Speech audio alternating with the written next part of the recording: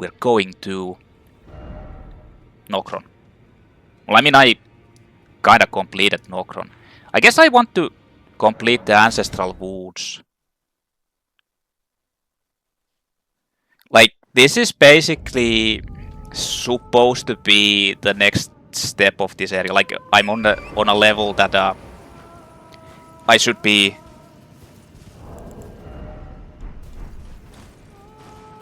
doing this. What lovely singing. Singing is not allowed. I hate singing. Reminds me of myself that I can't sing, actually. Hey! Who told you that you can actually come here? So these are actually stronger versions than the guys downstairs.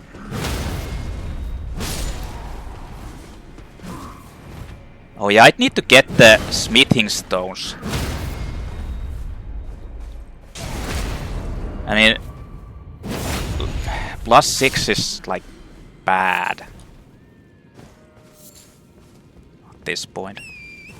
Just don't think I can get any.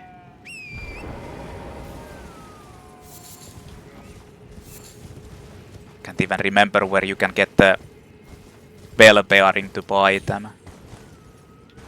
Oh, it's actually... Yeah, I remember actually. It's in Altus Plains. Or Altus Plateau.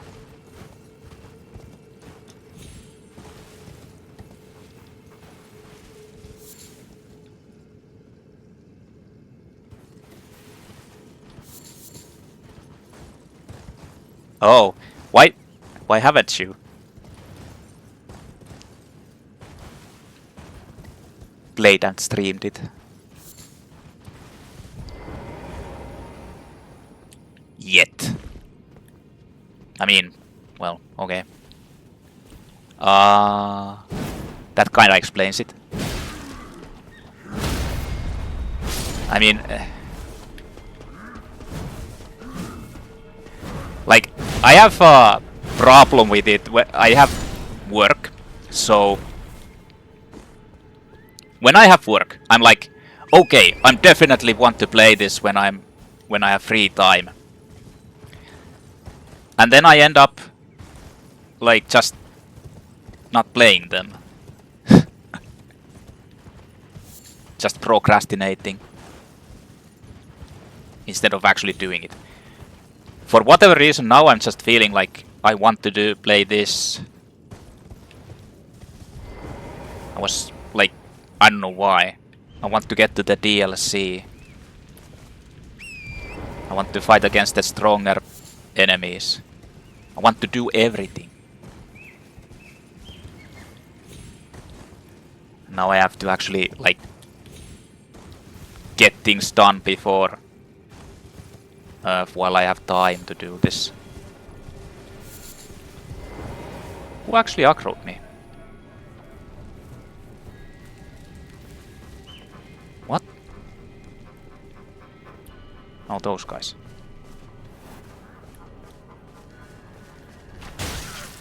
Okay.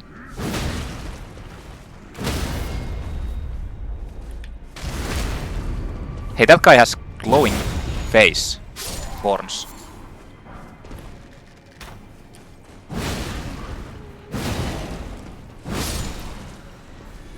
He's roiding up.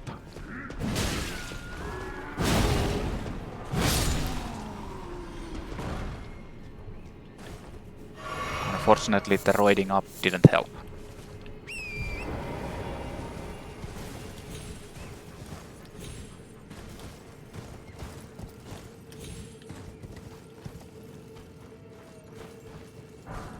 So this place isn't even like that big either. But this follows up to a further area that, I mean, I'm pretty close to being a recommended level for that. But it's still hard. Just like with everything in this game, the fucking boss fights are ridiculously hard. Unfair.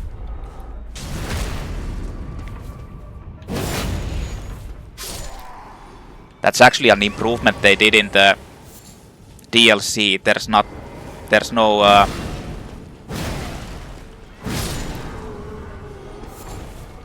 no multi-fights that are like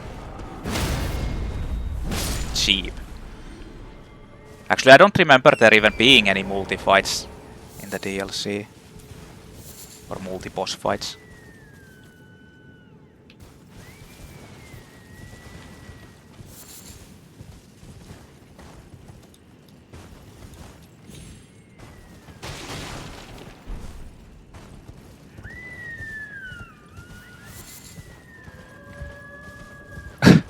That hollow singing. So there's 6 of these in this one, unlike 8 in the previous. Hollow horn crowns.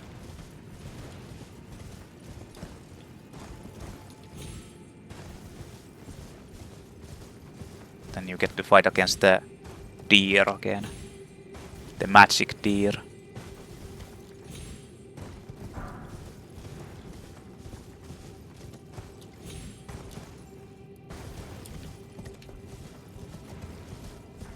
The magic deer. What? That's an enemy? I thought this one it was an item. Like, what the fuck? Oh, nice.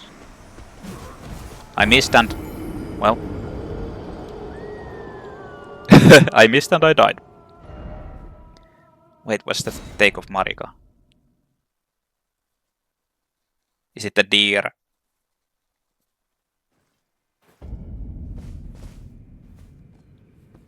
No. What the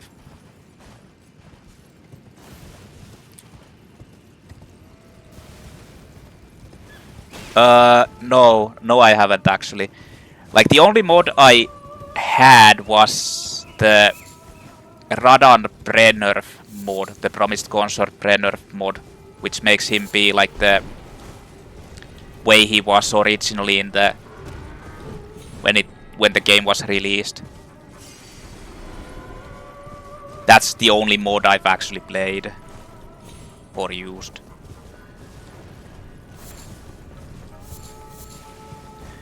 There's apparently like these new mods that change the game completely.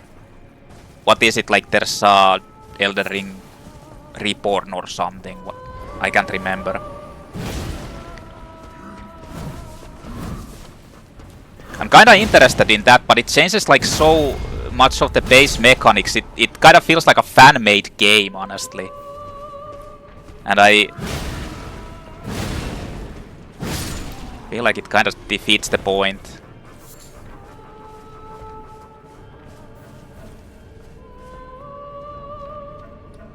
Convergence mod. What does it do?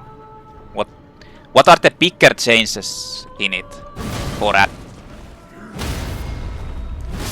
Is it the Reborn which is like basically changes everything completely in the game? It makes like weird, like it makes it way too action based, more like Night Train, I think.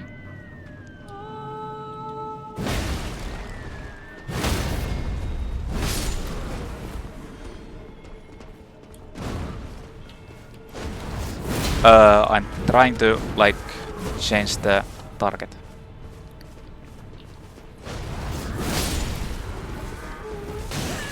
What the fuck? Bonk.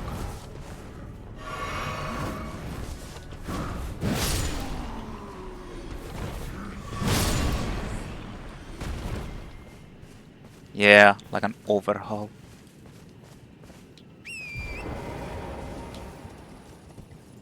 I mean, maybe the convergence is the...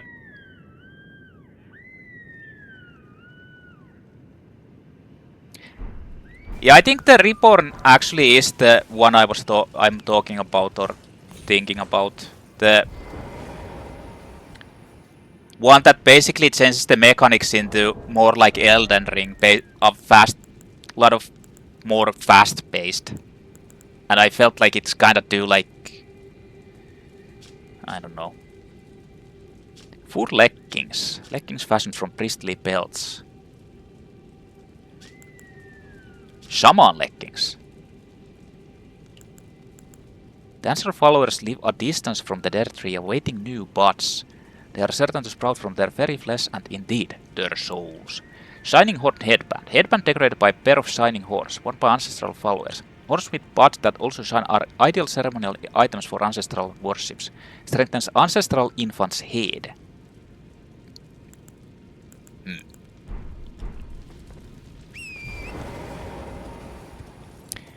I'm pretty sure, like, after I've done this thing, this Elden Ring project, I'm most likely going to try out some of the mods as well. The thing is, there's just still so much new, so to speak, for me in the base game, because I haven't tested out, like, a lot. Honestly, I've been just face rolling the game, face tanking, smashing buttons. Oh shit, that fucking thing. Yeah, I'm at... Oh, what the fuck? Yeah, I'm like kinda curious about them. I might think about it. Wait, where does this, like... I don't want to teleport to the beginning if it takes me to Stake of Marigater. But yeah, I'm down for that.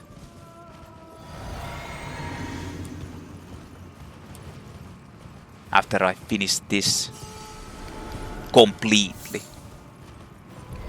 Okay, you stupid fucking wolf. The repeating enemy.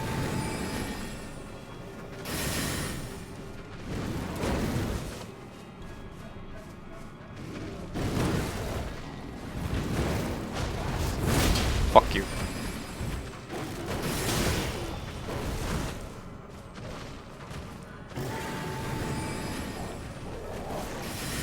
Those small wolves are kind of... I want to know why it, like...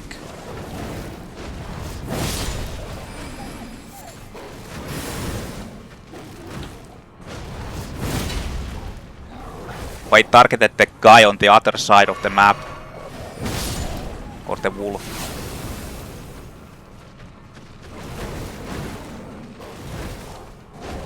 Have the Artorias powers.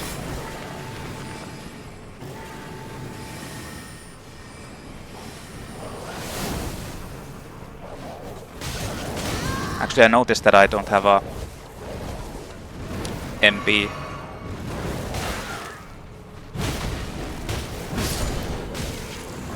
Okay, you small dickheads.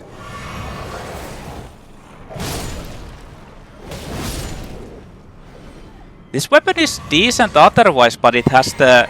this rolling attack is so bad. You'd have to use like heavy.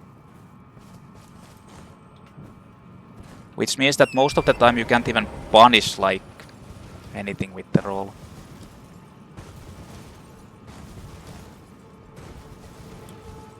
What the hell?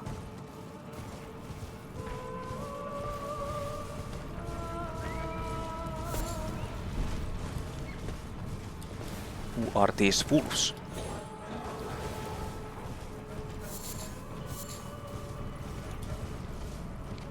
I have to ask, does there actually have to be like 5 of these Red Wolf of Radagon mini bosses in the game?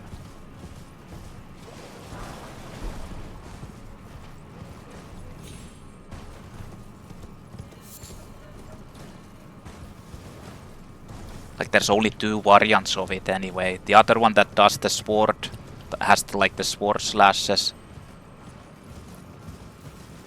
And the other one who doesn't.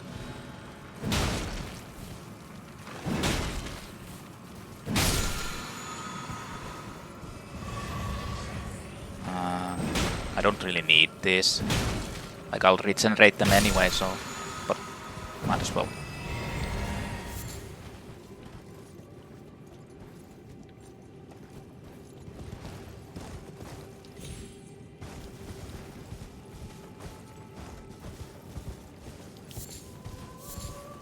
The Formic Rock.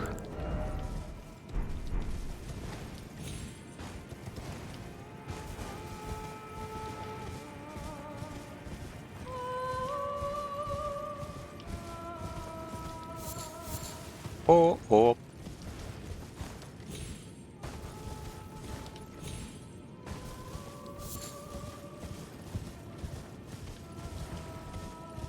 Oh, oh.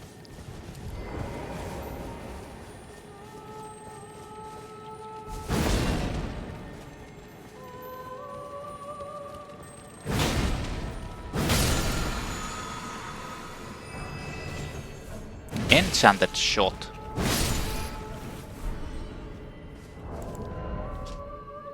Ash of War, Enchanted Shot. Archery skill that enlivens the arrow with spiritual essence. The resulting shot will fly faster than regular shot and change its trajectory to follow the target. Oh, it's the attack that they snipe you with.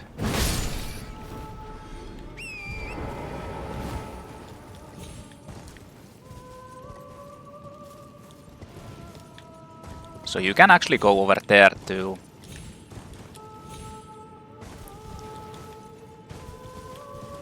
Just a platform there. Wait, isn't there an item here somewhere? Or am I just... like... I don't know.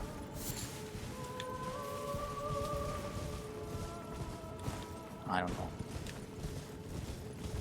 Hey, actually, before I head to that area there, I'm gonna explore the upper part of this.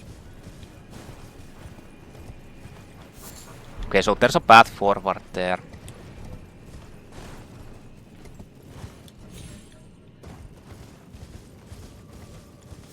Which leads into a harder area.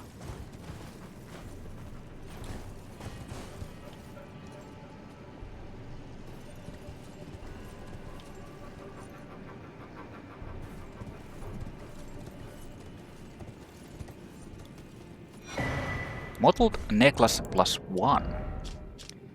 Greatly raises robustness, immunity and focus. A vividly colored accoutrement precious to the Ancestral followers. Greatly raises immunity, robustness and focus. It's the improved version of the one I already had.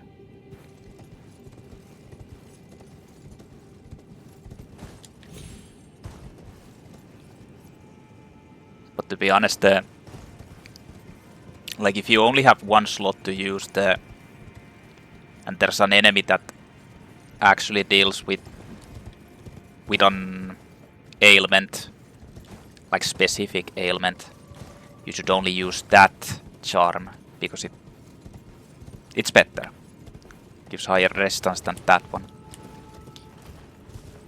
But you can stack those if you have the slots. You can use that and the specific one, and it'll get a lot higher.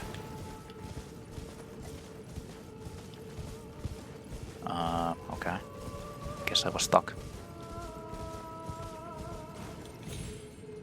Is this the last one?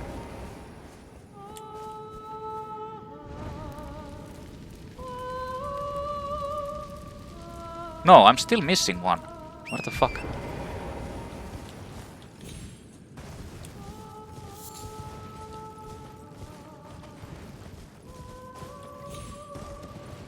Oh, it's here. I didn't even notice this.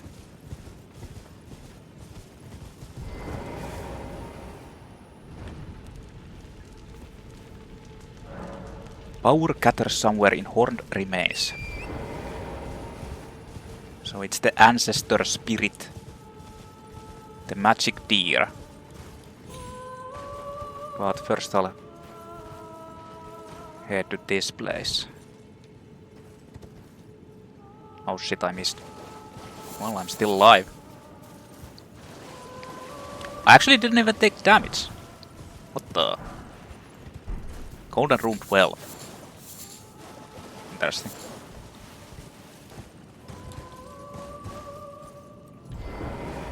Yeah, I don't think I want to use the horse to platform.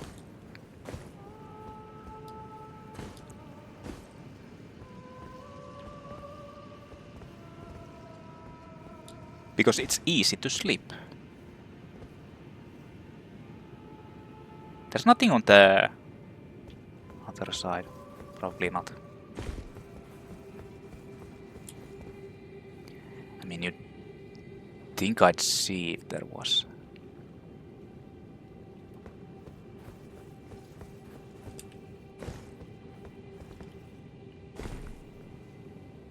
Yeah, I'd see it.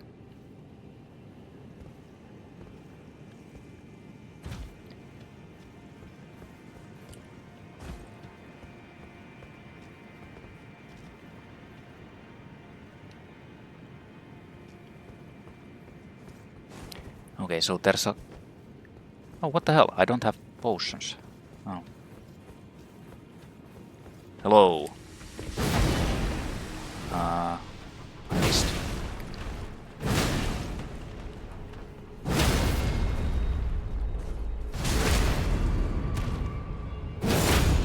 Oh.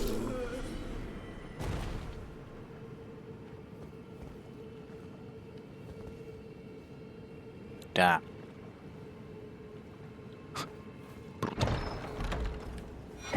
Ancestral infant's head. Reusable item. Uses FP to spray spirit vapor. Scales with int. Skull of a very young ancestral spirit. Just think how many sproutings it might bear.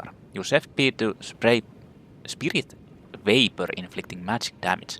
The vapor becomes a temporary geyser which deals continuous damage to everything it touches until it disappears. Whoa.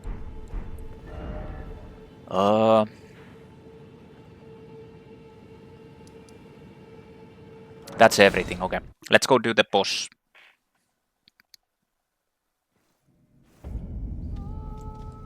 I wonder what's the weakness of it. Not that it honestly really matters, but...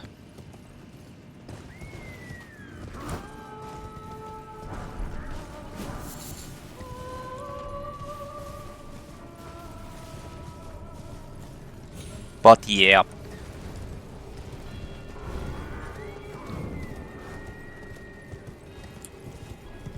I mean, that place, the next place, like over there, where you can go to is actually really difficult, so I'm wondering if I should just go to Altus Plateau.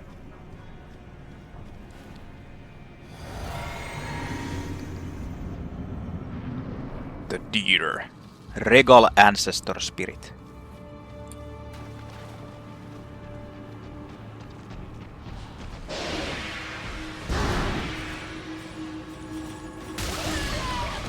Ah! It puked on me.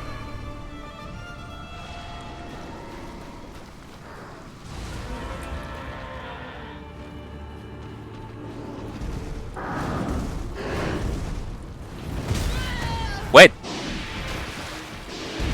Isn't that... wasn't that slower than before? Kinda felt like it. Oh, it follows up.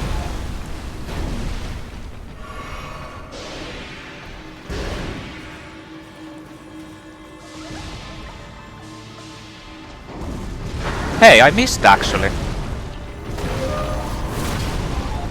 No, I didn't.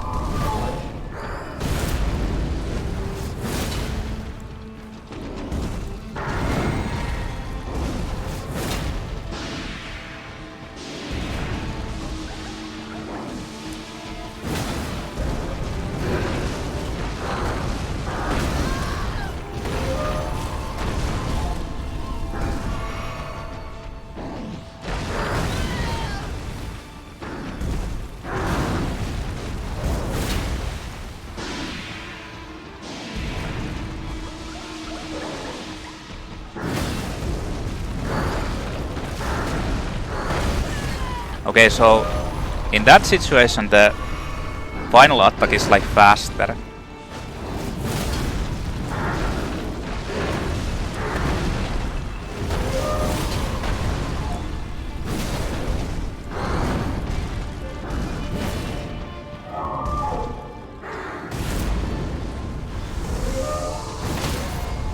Huh.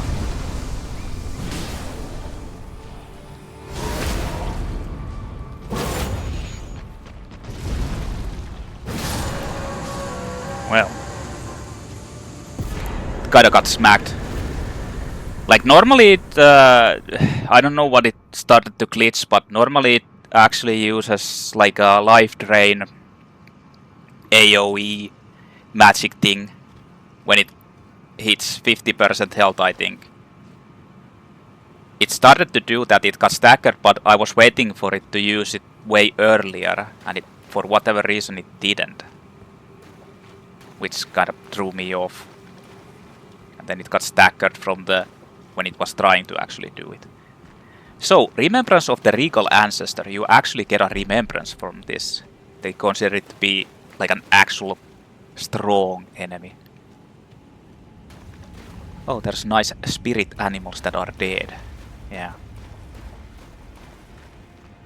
But yeah, it drains your health and gets it back. It does it like 3 times, I think, at most. It didn't really do anything. It has, if I remember correctly, it has like this rolling attack that it can use from off the screen. And it likes to spam that, like a charge rolling attack. But for whatever reason, it just decided not to do that. Or actually anything. Instead, it just decided to get smacked in the head.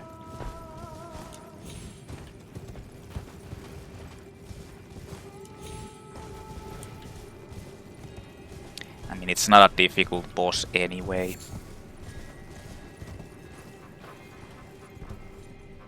So let's go here, because there's actually a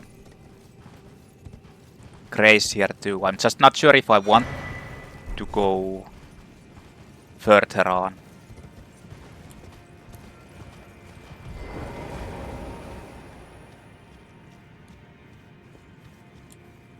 I mean, maybe I could.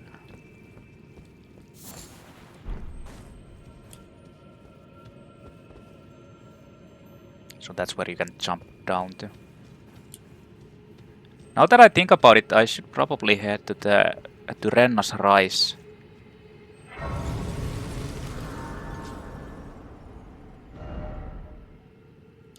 But first, let's go to Round Table Hold and see the Remembrance.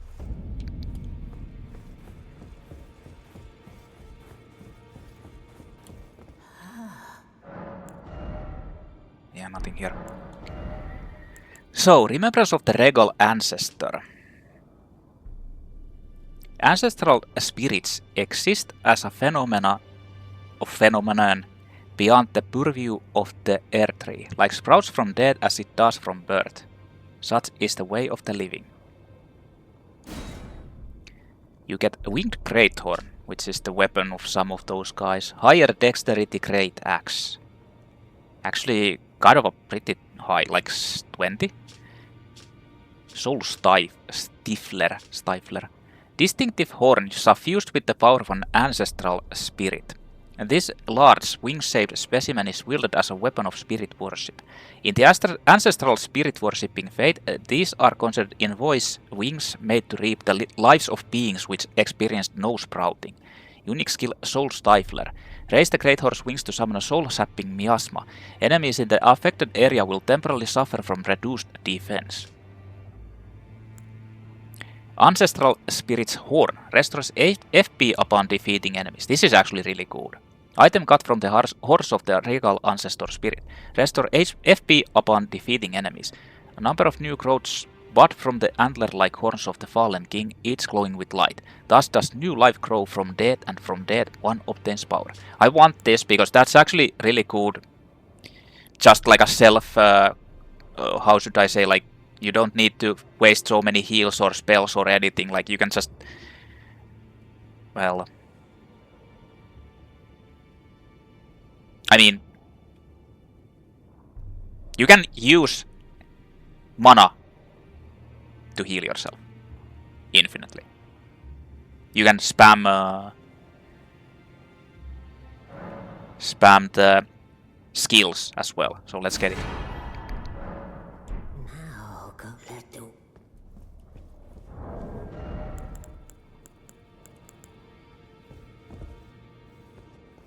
I mean, it's really good, in my opinion.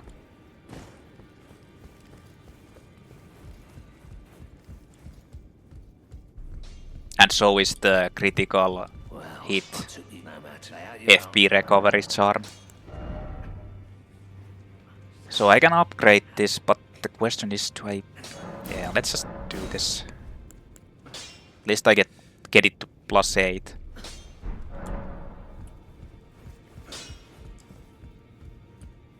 Like, it still does damage, but it could do more. I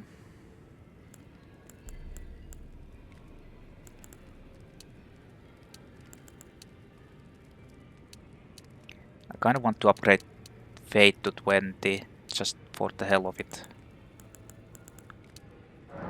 Let's go with Strength.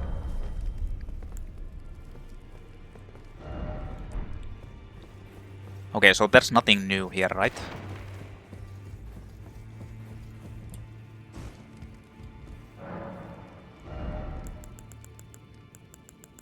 Nah.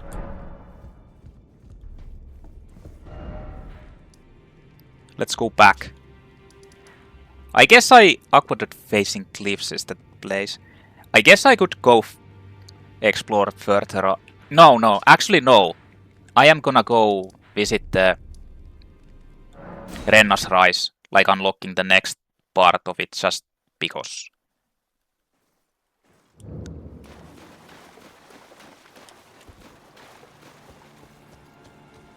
Like I want to do this now.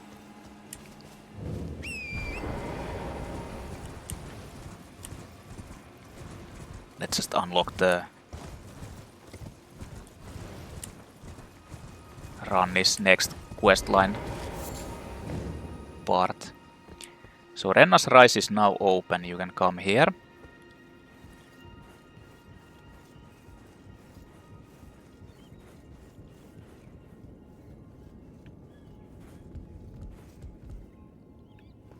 There's a chest. Wow. What is this actually? Snow Witch hat, Snow Witch robe, and Snow Witch shirt. I mean skirt. Witch's pointed hat, frigid and frozen true. Of a style associated with practitioners of heretical sorcery. Strengthens cold sorcery. Once worn by the snowy crone who the young Ranni encountered deep in the woods. She was a witch and well versed in cold sorceries. It is said that the doll that houses Ranni's soul was modeled after her. That old witch was Ranni's secret mentor.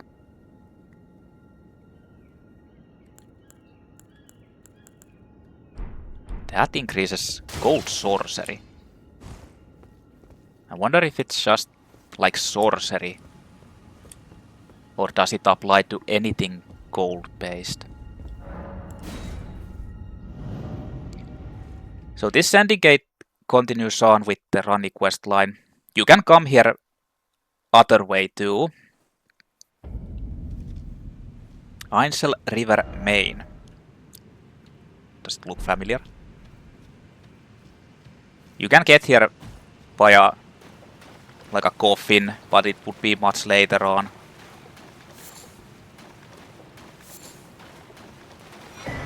Miniature Ranni. What the fuck do you do with that? I don't know. Well, actually I do. Doll resembling Ranni the Witch. A doll resembling Ranni the Witch, from head to toe every detail is perfect. This unresponsive doll seems pleasantly cool.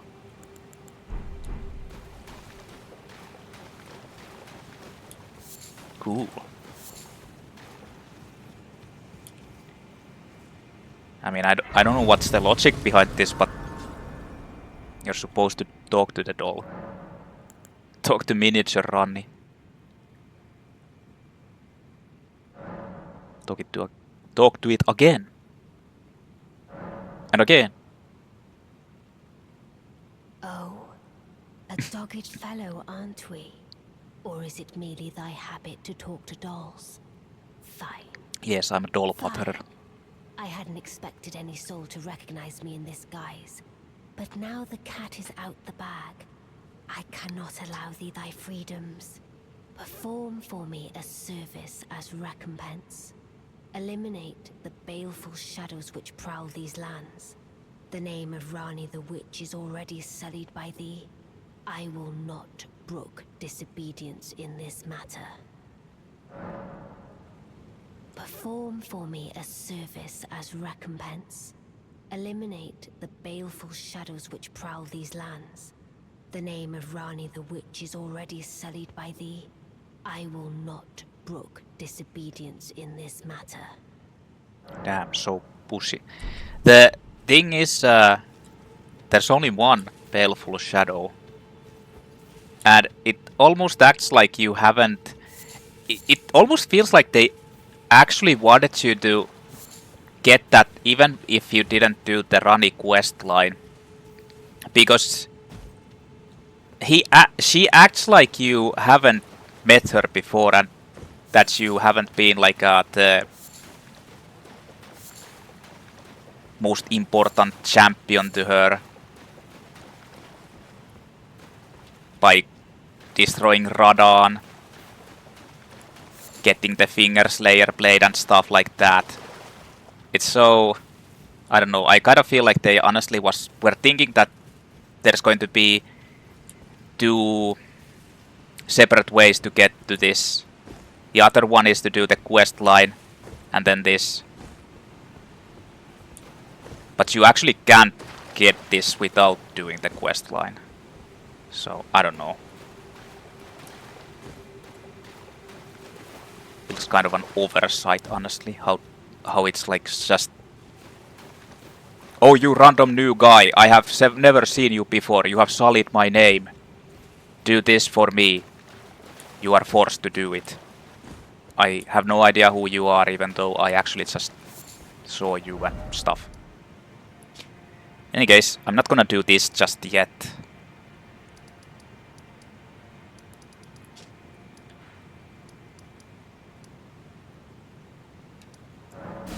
I'm gonna do this area, but this is like the boss here is, in my opinion, really difficult. Just like all the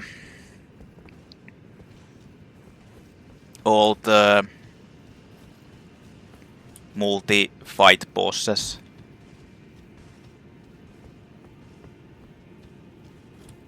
Actually, I shouldn't be doing this because I haven't even... There's 2 gargoyles here and I haven't even fought against 1 gargoyle. I'm kinda skipping ahead.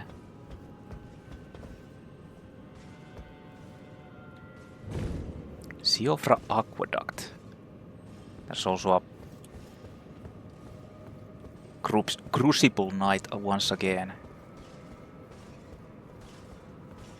Like them reusing Crucible Knights I can kinda accept because that there's like obviously supposed to be more than one of them. They are the knights.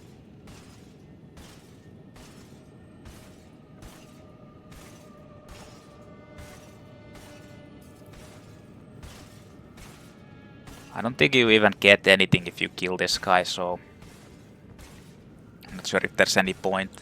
I might as well just dealt and get the items.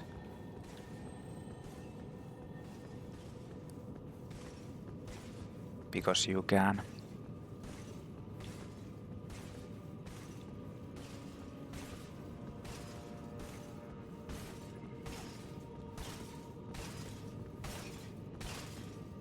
Look at this Metal Gear Solid.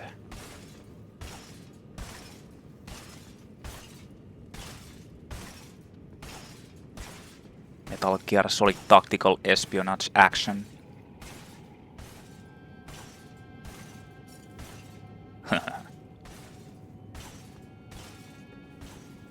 Yes. Operation complete. Missionaries Cookbook 5.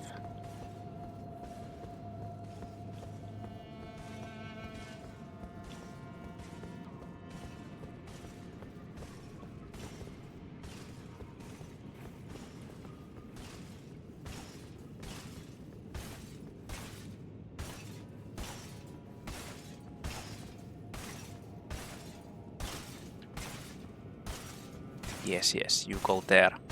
I go here.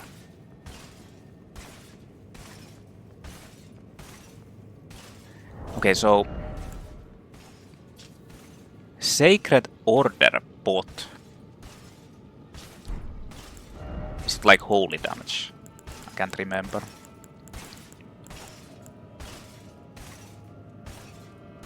Uses FP, throw at enemies to inflict heavy holy damage, yeah. Golden Sunflower and Golden Centipedes. Golden Centipedes are just, I think they're limited.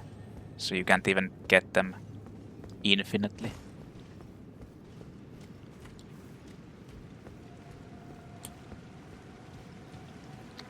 So there's another, like, different kind of Crucible Knight. That's the first one I'm meeting.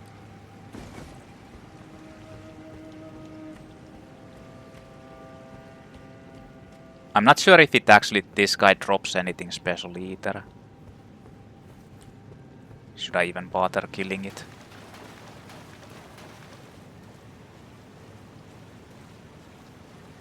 I think it just guards this item. That's it.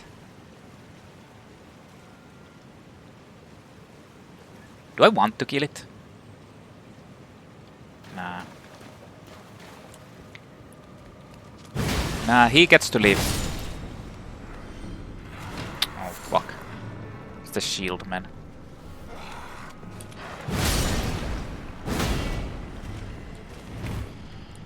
I really like how these guys have like so high like block stability that not even this weapon can like break them. Like what the fuck, look at this shit. Can you even actually like break their stance? I don't think you can.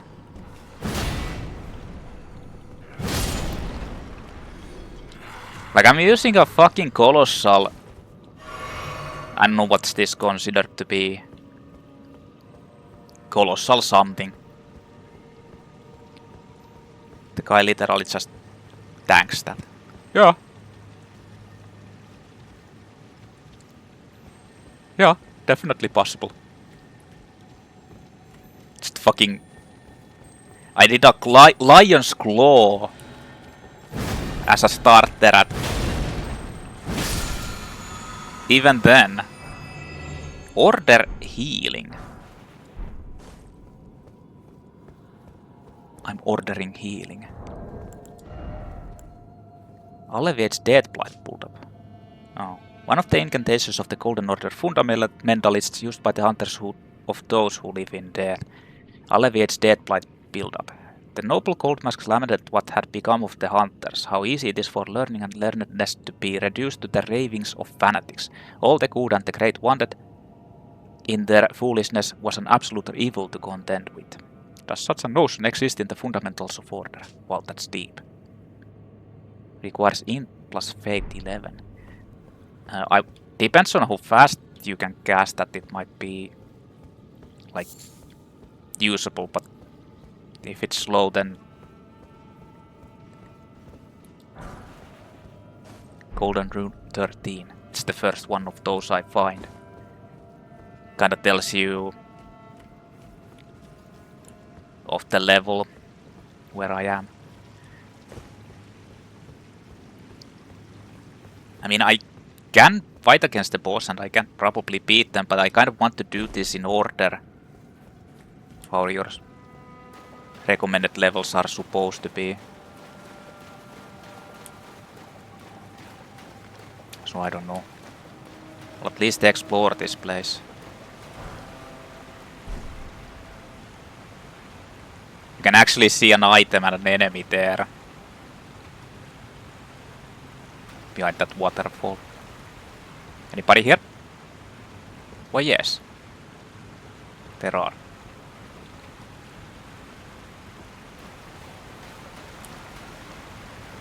Oh shit, there's like a couple of these guys.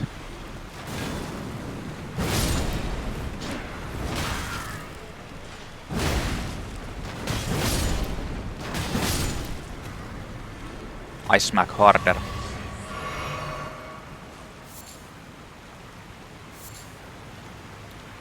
I'm like pretty sure if you don't kill these guys there and go to that room, they will attack you in the back.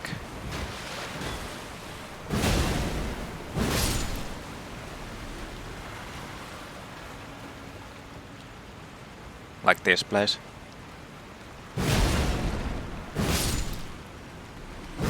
Oh, this guy has a shield.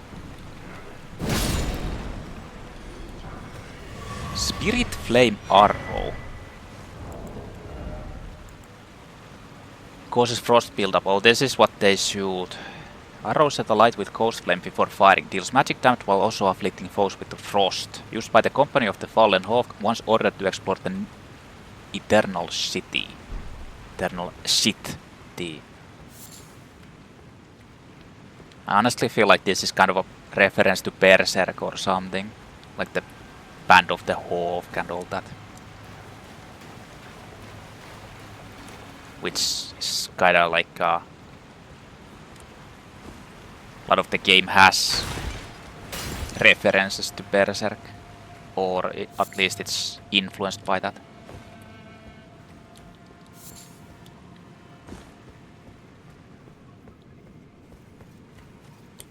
Okay, so here we have some guy.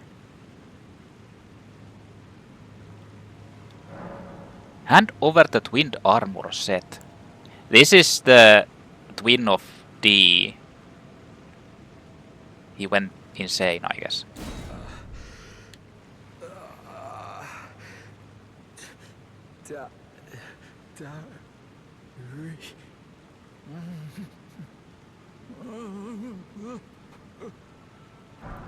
Daddy? Inner Order.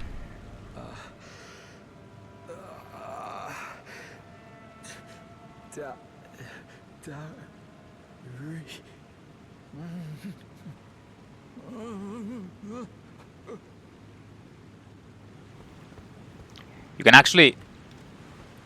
Wait a minute. Yeah, you can summon him here now. D, Beholder of Death.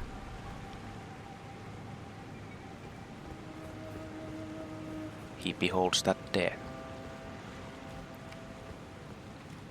Wait! He vanished completely when I walked there. Interesting. Interesting. I mean, do I want to kill this? Well, if I beat the boss, then I'll try to kill that other Crucible Knight and see if it actually drops something. It might drop us Somber Smithing Stone or something, maybe.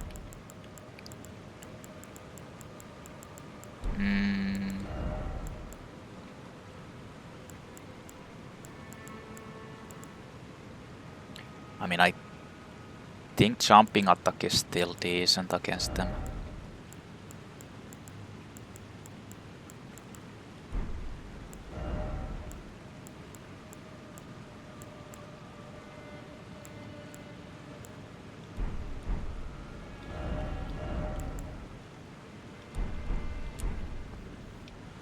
Well, let's go. I mean, it's Valiant, Gargoyle, and there's two of them. I haven't even fought against one of these guys, so...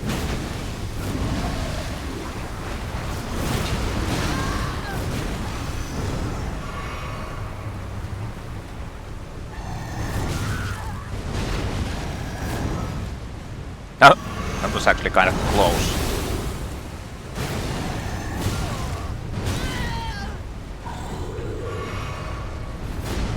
The enemy with the crappiest hitboxes in the game.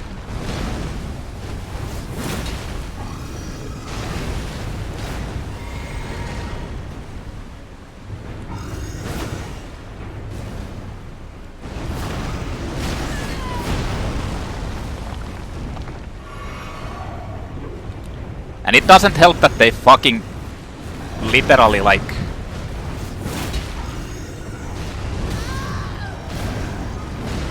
run around, escaping like your attacks.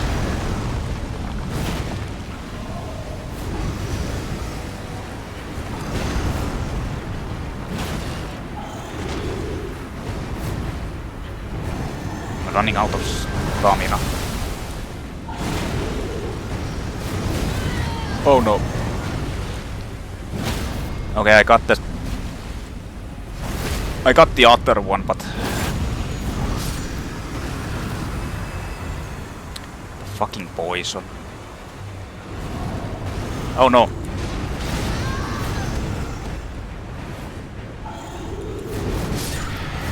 Fuck you. Actually don't even know the attack. Or can't remember the attack of the Twinblades.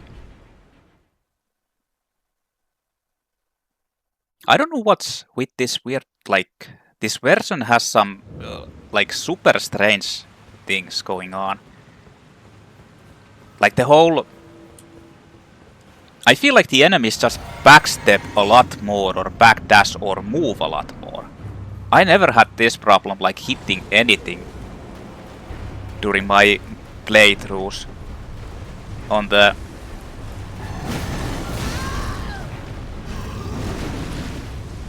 like on the DLC.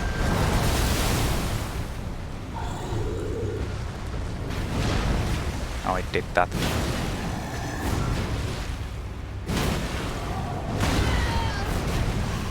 Oh shit, that was close. Oh, it did that version. Oh fuck, I missed that.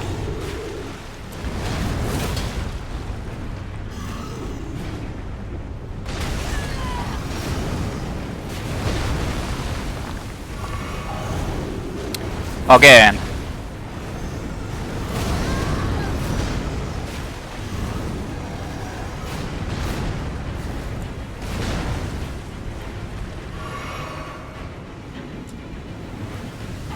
Okay, that's gonna puke the poison, but still.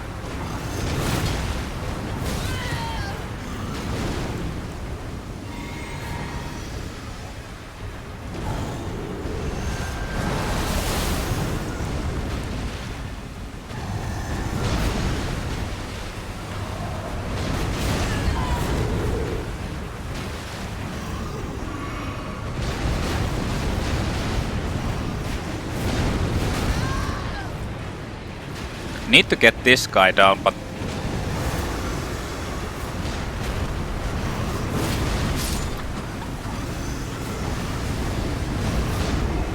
oh man!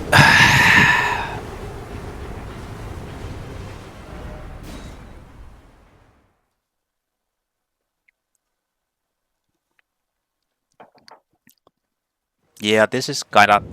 this is doable easily, but the problem is... I need the first one to play nice and not do like those backstep movements. Like evading, running away.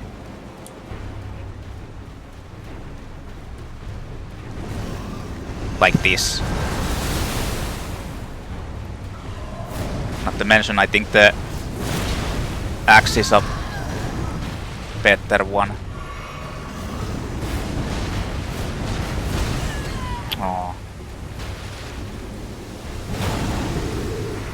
Huh.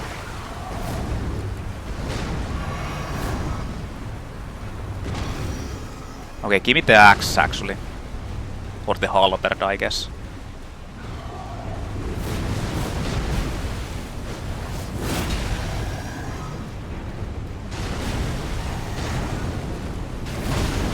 Ah, I mistimed that completely.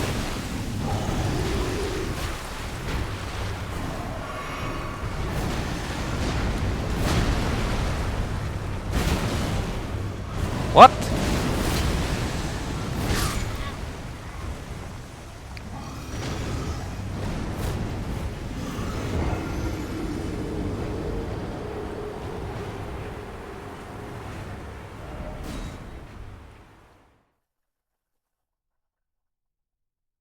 Hey,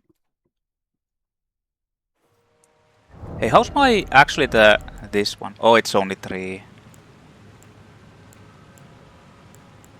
I mean, this is considered to be a maze. Like, I'm just not staggering them enough.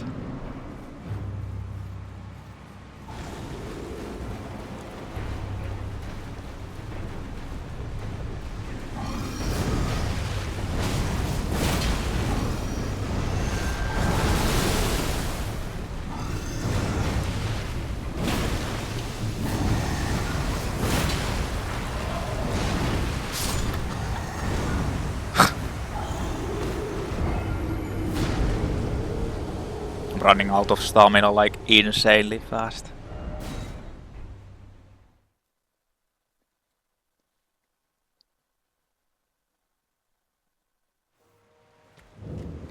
Damage is good, but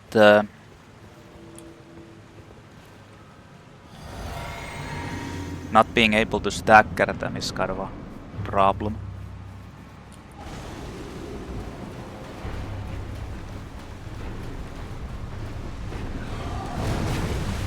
Half the time it's like impossible to hit these guys anyway.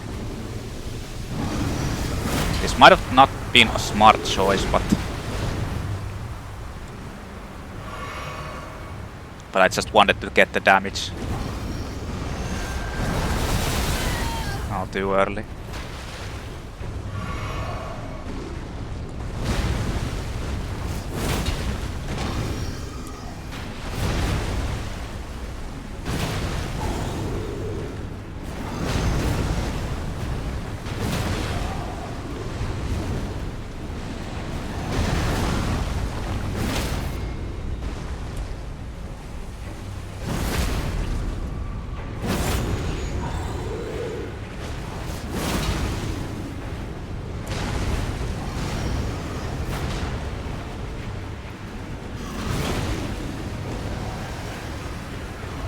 Okay, the other one gave me good pattern because it did the poison.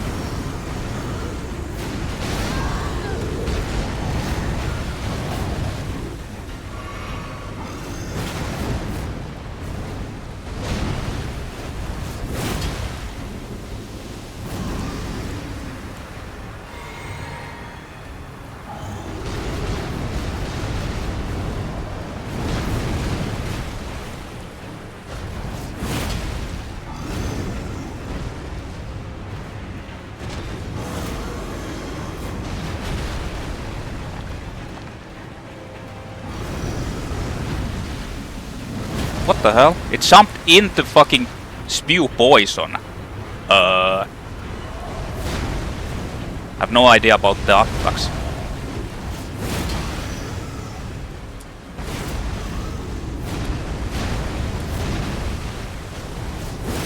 So I guess I gotta...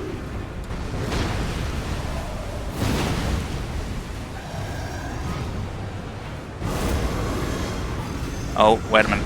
This is bad.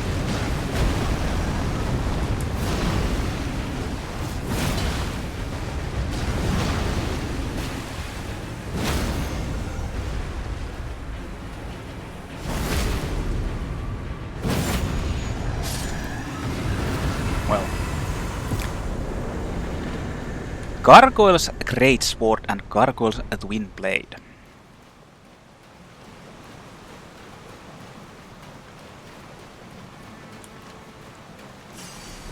Gargoyle. So... It's a Twinblade with spinning slash. High... Well, not high, but decent dexterity requirement. You can actually slot this too. Bronze Twinblade wielded by Valiant Gargoyles. Just like the wielder, the missing parts have been mended with corpse wax, a patchwork of champions. Patchwork of champions. Gargoyle's Greatswords. Bronze Greatsword wielded by Valiant Gargoyles. Just like the wielder, the missing parts have been mended with corpse wax, a patchwork of champions. It has vacuum slice as a skill, but you can still slot it away, because that's kind of like a unique type of skill. Lost skill of ancient heroes. Hold the armament aloft to surround it with a shearing vacuum. Then launch it forwards as a blade-like projectile. I can actually use that too.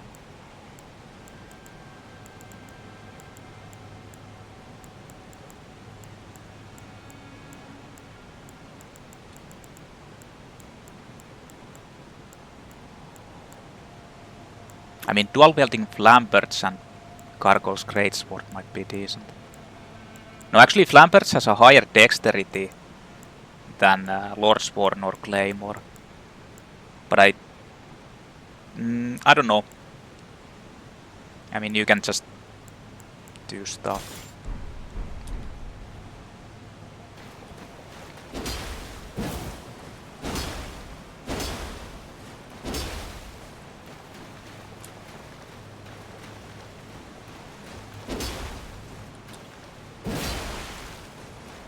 It's just a basic Greatsword. Yeah. Just a basic Greatsword moveset.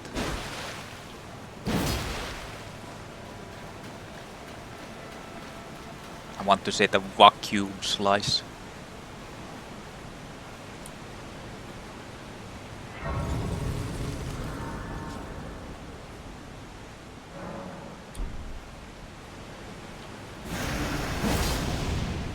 That attack.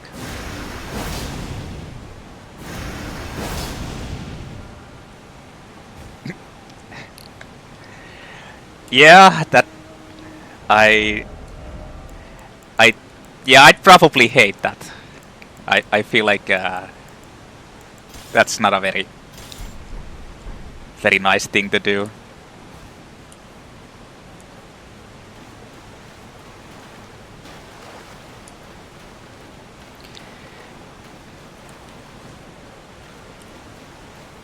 Just tossing grenades at someone.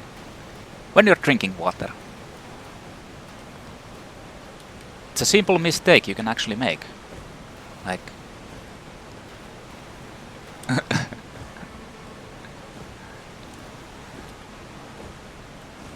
happens all the time.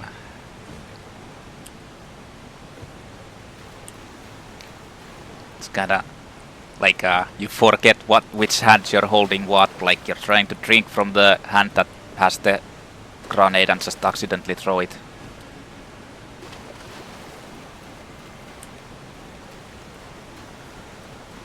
The usual.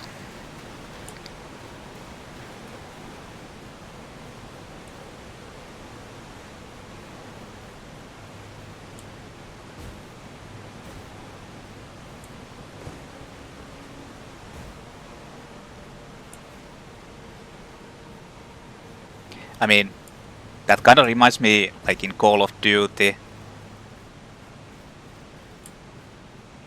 If you like you can easily fumble with the buttons if you have a tiny keyboard or tiny keys in on your keyboard. And the reload and the grenade, those are actually like pretty close to each other, so you can accidentally throw the grenade instead of reloading. Like on default bindings.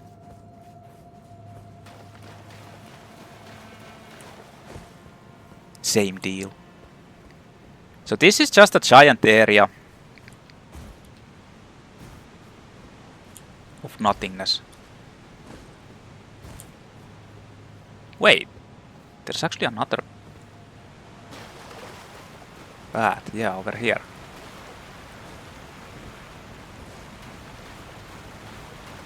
I don't think there's... this is upwards over the...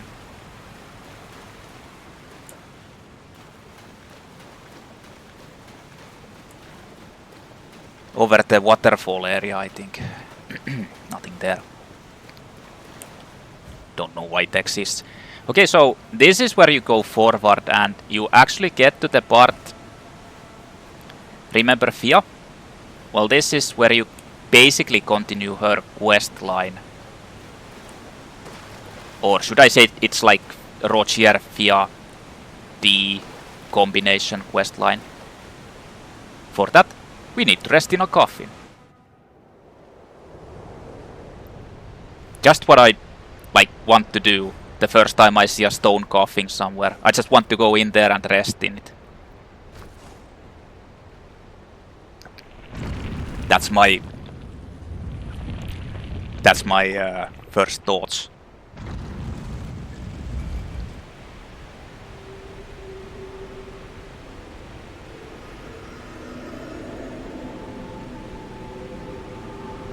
The magic floating coffin. Yes. Just normal happenings in the land of Elden Ring.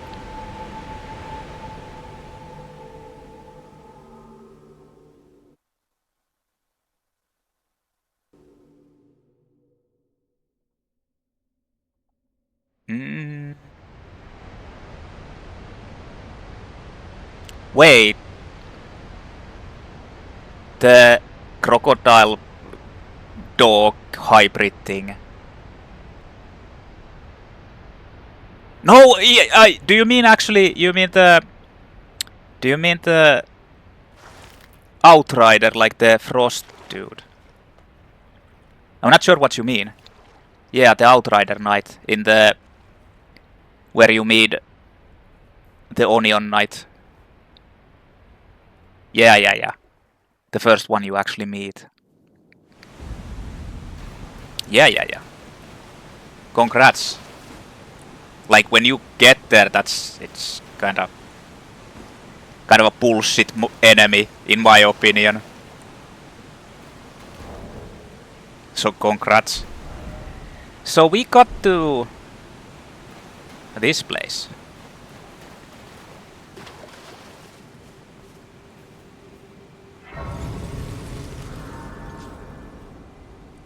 What is this? This is Great Waterfall Crest. No, that's not it. This is...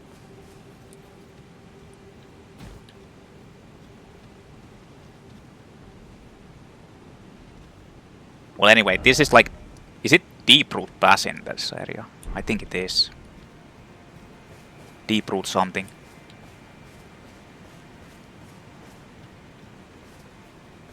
So I see an Erdtree avatar there already. I mean, this is something where you shouldn't be just yet, I think.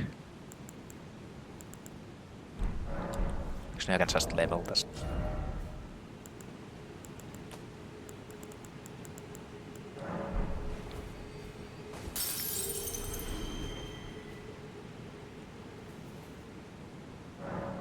Yeah. I mean, you don't actually have to beat him. Just run to the wall and door and open that. You have invulnerability frames there, and then if you when you're opening it, and if you just want to like basically get through it, you can just quit out of the game and load the game and you'll be there. You don't have to fight against it, that guy. Like if you want to do it easily without killing it. But that's cheating, man. So this is actually like I feel like this isn't a place where I should be just yet. It's not like that high level compared to it. But the other Ranni area,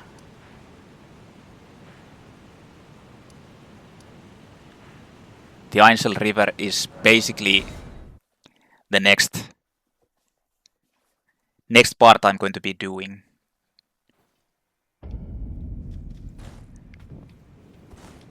Nothing too cheesy.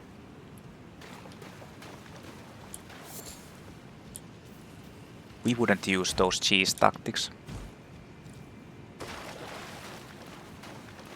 That's like the speedrunner tactics. But honestly, it's kind of like it's a nice thing if you just want to get past there. Just go run onto the door, open it, you have invulnerability frames, then quit out and reload, so you resume there and the enemy isn't aggroing you. You can get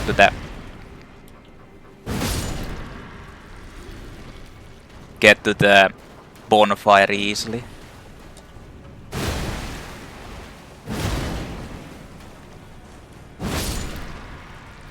be honest, Irithil Greatsword is pretty good in the beginning. Okay, so there's actually one of those things. Ooh, Palace Ruins.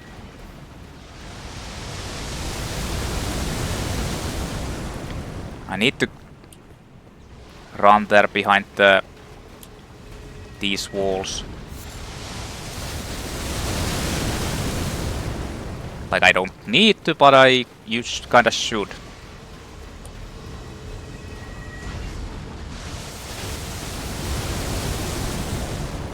Yeah. Wait.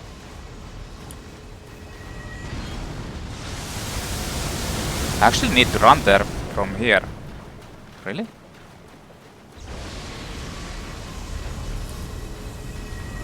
Hey. I want to hit you in the head.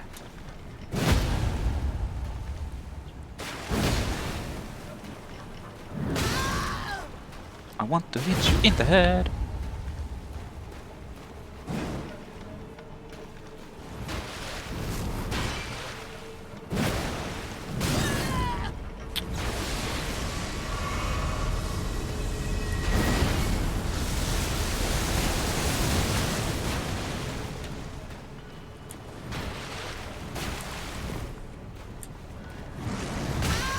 Too early.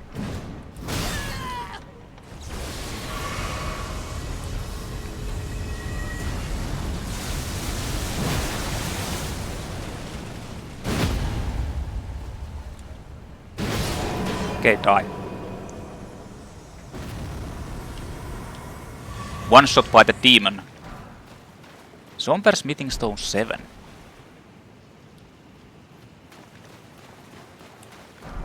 Yeah, if you go there instantly against the demon, it one-shots you. But there's a problem, like you still need to, like, you can let Onion Knight tank most of it and be just like super careful.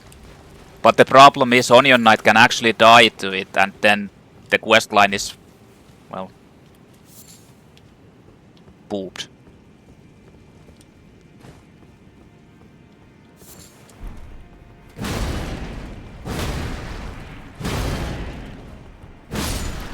And we all like Onion, bro.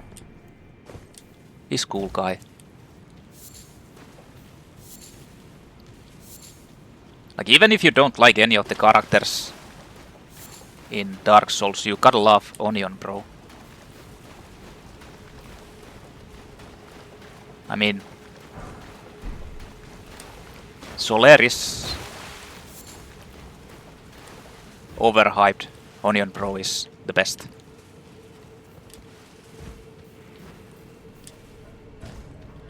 I mean, they kind of modeled Alexander off of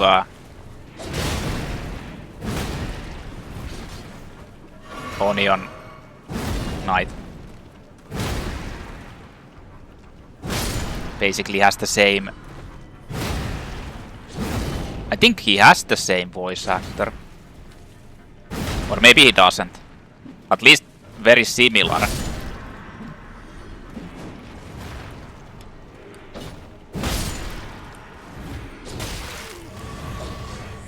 These guys do like a lot of more damage now.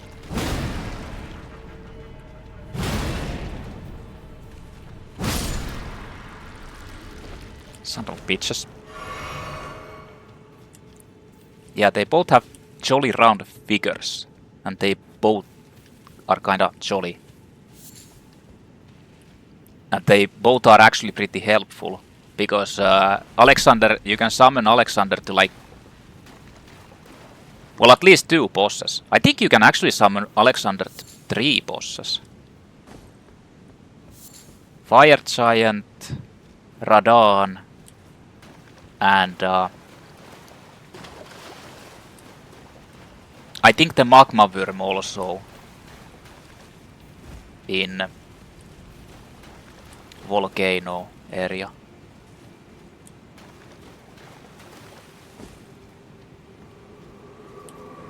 Wait, there's a... Is this actually Madness Flower? I think it is.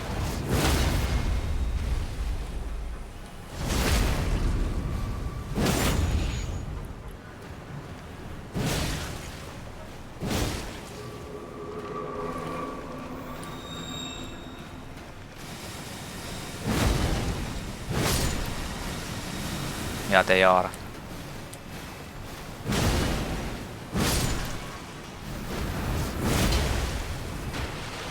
Oh fuck.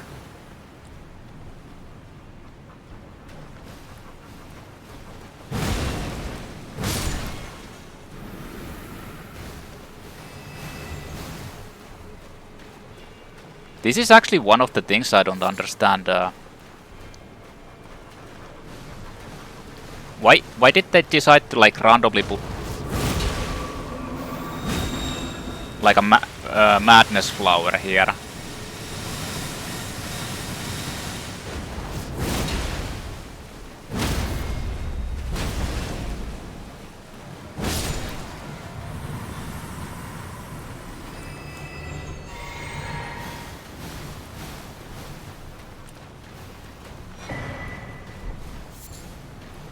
Stone sword key.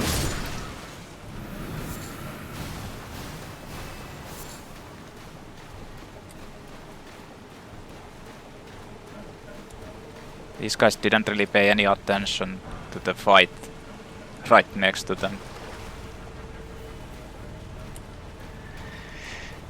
Well, I mean, I didn't actually need to kill that. God damn it, I like instinctively keep trying to use the horse here.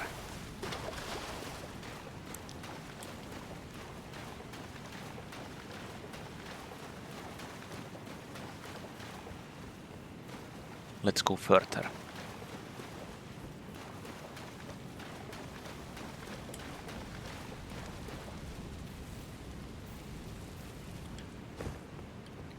Hello guys.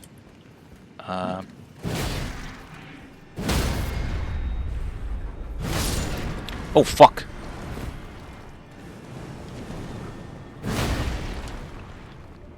Jesus Christ. He did like a sneak attack bubble breath thing.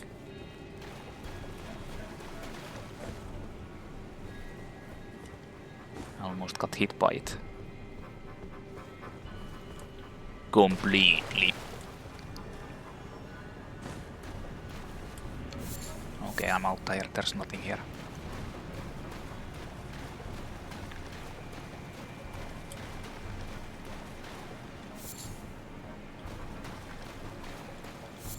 More ants.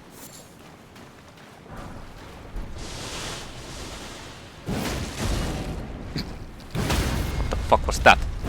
There's an ant in my ass. Or, well, not in my... not in my ass. On my ass.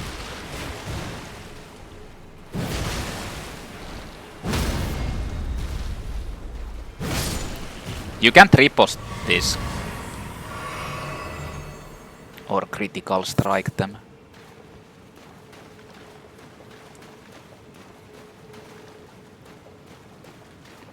Having ants in my ass. Yeah, I have surprising interests. Surprising kinks. Oh shit, it's the shield. These guys are like super painful. It's a shield and they do a lot of damage and they block everything.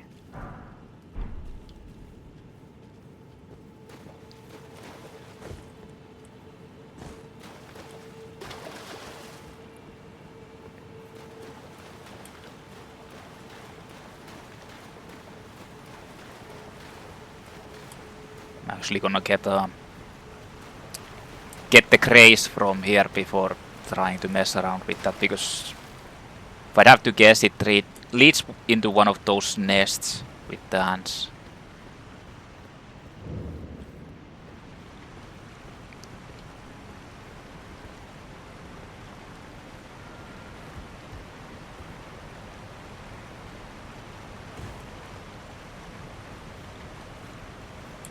So, we are at Nokstella. The other hidden city. With ant riders.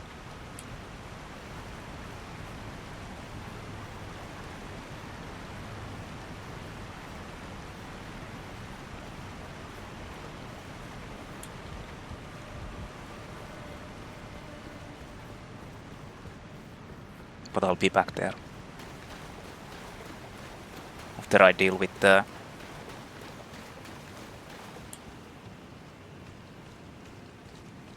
these things.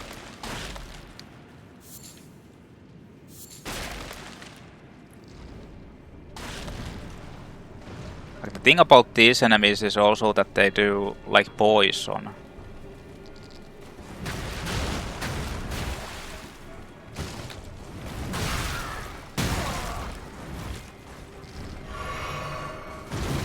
And insane damage.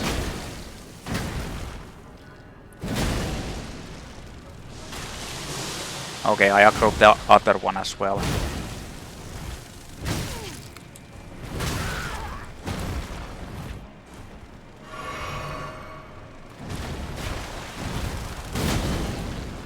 What the fuck? The other one actually hit me. I need to use this.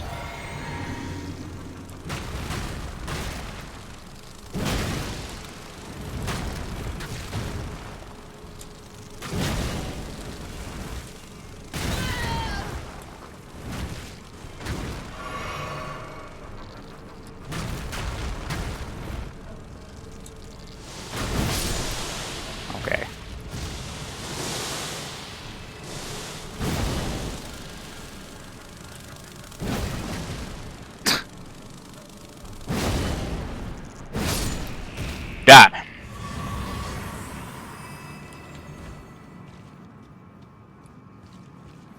Like, those shield ants aren't a problem with certain weapons, but with this... Yeah.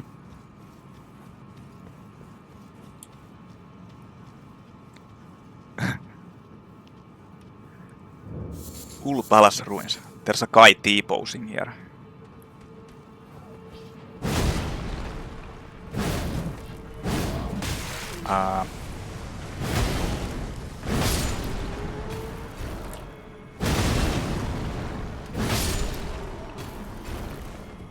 So this is the upper area and you get the legendary weapon from here. Yeah. We are up here.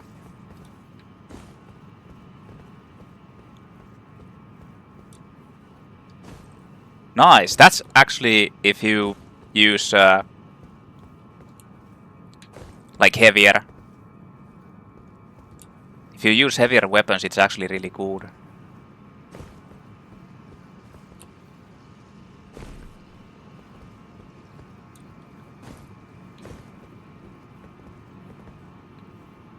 Extremely strong.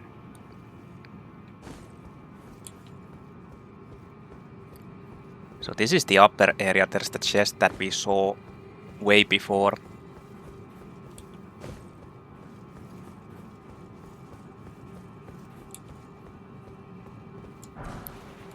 Somber Smithing Stone 6. I think this is like a intelligence weapon.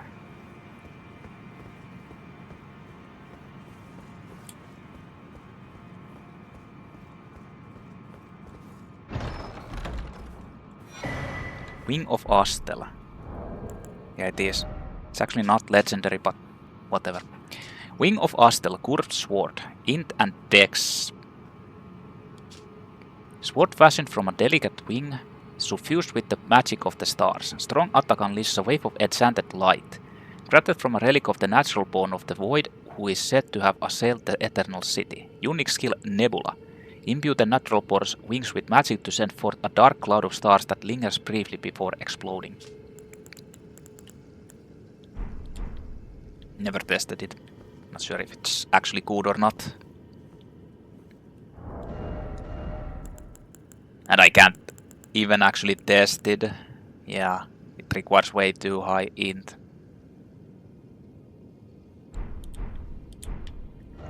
Like, Dex is manageable, but Int isn't.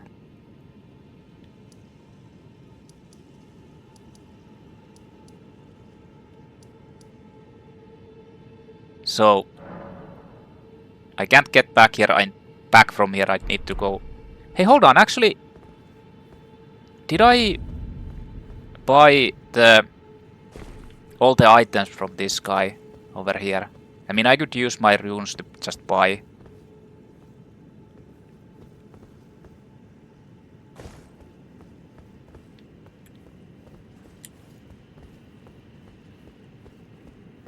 There's no point in saving them.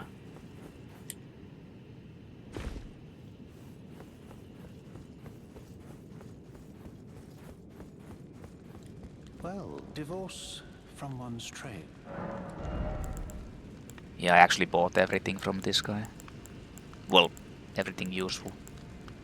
Well, let's get Celestial Dew and Lost Ashes of War that I'm never going to be using. And let's get these Gravity Stone chunks and Gravity Stone fans. Yep, sound good.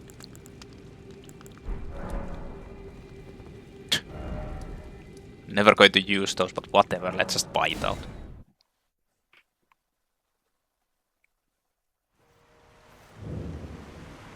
So here we are, Nokstella Eternal City. This is fairly high level now that I'm looking at it. But I think I can relatively easily still do this.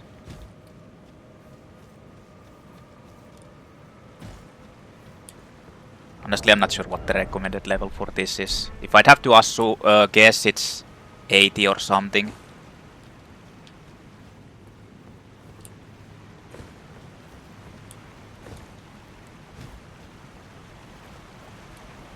But recommended levels never really mean anything. Okay, so the Ant Riders. Hey, wait a minute. I actually remember.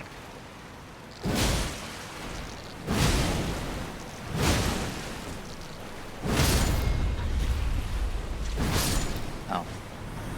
I was actually supposed to go fight the Crucible Knight, the different one.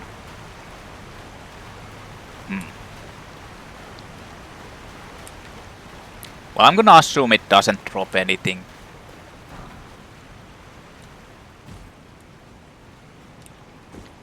And if it does, it's just a somber, like a higher level somber smithing stone. And it's not that important, honestly.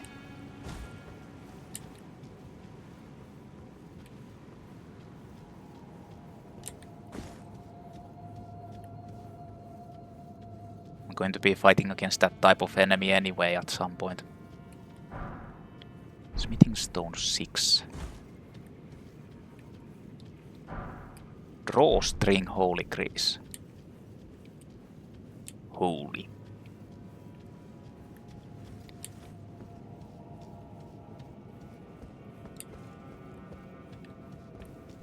Holy moly.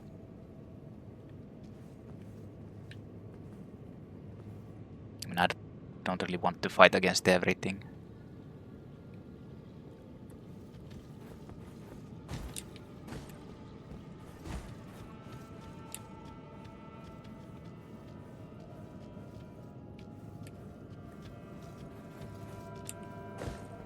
Guess I'm gonna do Metal Gear Solid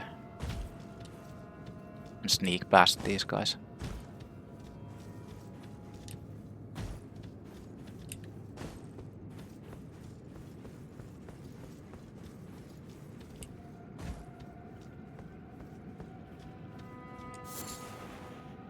Three silver tier husks.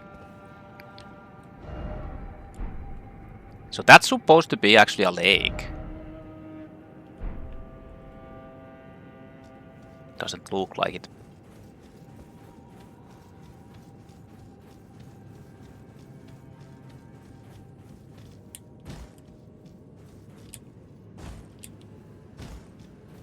Oh, it's this. I took their Celestial Dew. Ho ho ho. There's also silver tears and they're electrified. And here's a nice trap. Nice trap for nothing.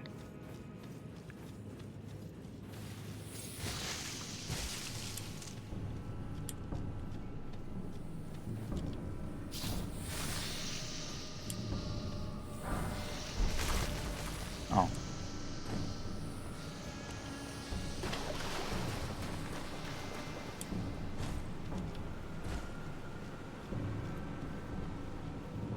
I'm just running away from everyone.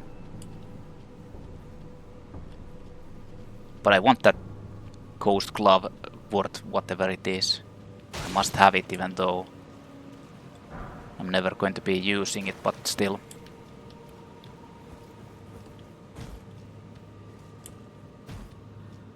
Still, it's something.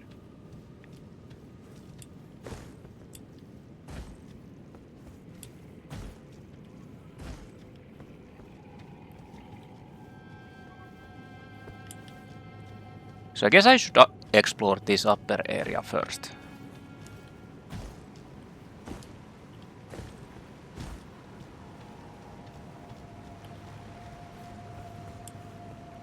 Oh, I see an enemy. Emeny. What the? Who said that you can turn around? What is that attack? What is it doing?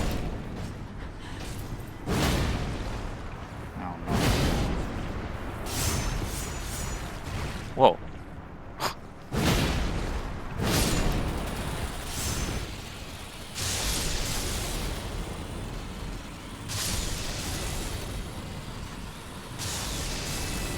Cool.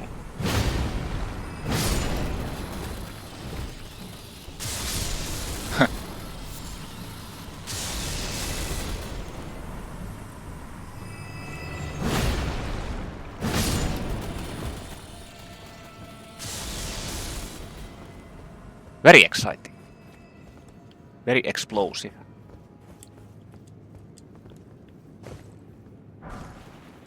Van daggers.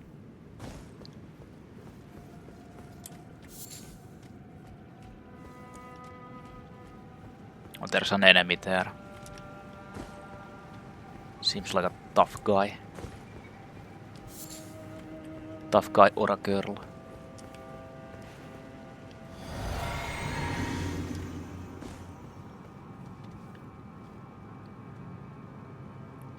Is it alone?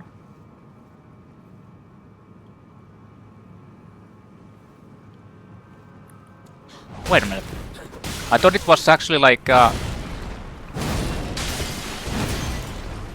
looking in the wrong direction.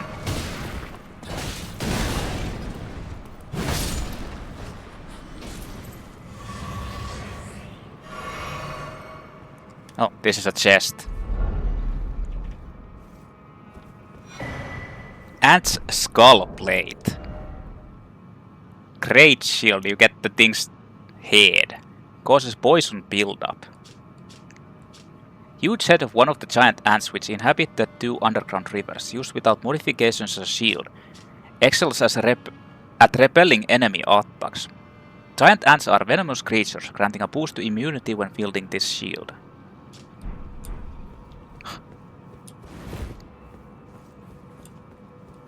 God damn.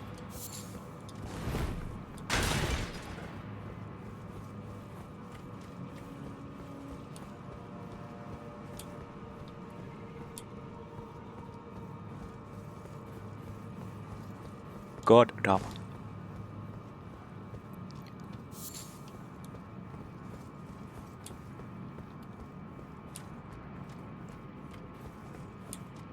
I can't remember this place that well. Like, I remember some of the things here. Archer ashes. Used to summon 3 archer spirits. Spirits of archers who belong to the Fallen Hawks, a band of soldiers that once explored the Eternal City. Their arrows are imbued with cold ghost flame.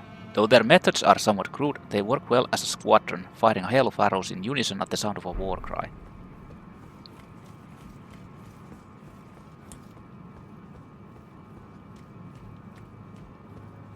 You already found the Great Shield versions. Huh? Oh, this... Oh, it's the Phalanx enemies, actually.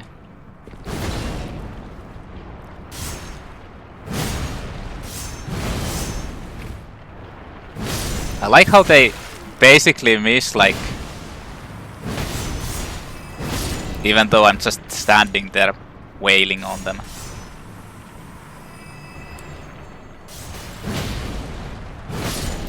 Their aim is as good as mine.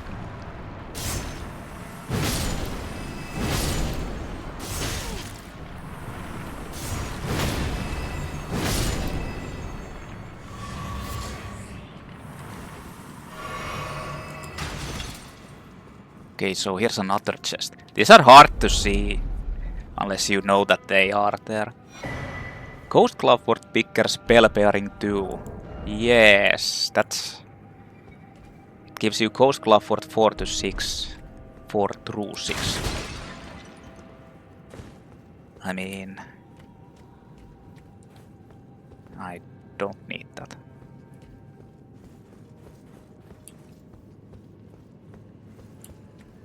Well, let's keep going. Huh? Oh no! I've got suction.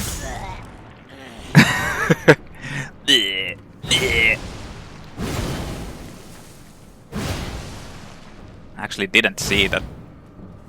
What the hell? I think the enemy glitched out. Started standing there.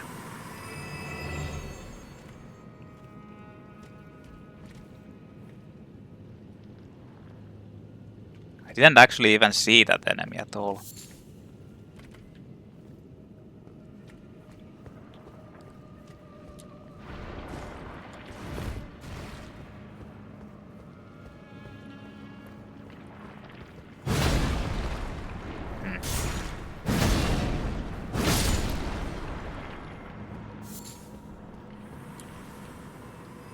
Bleh. Somber Smithing Stone 7.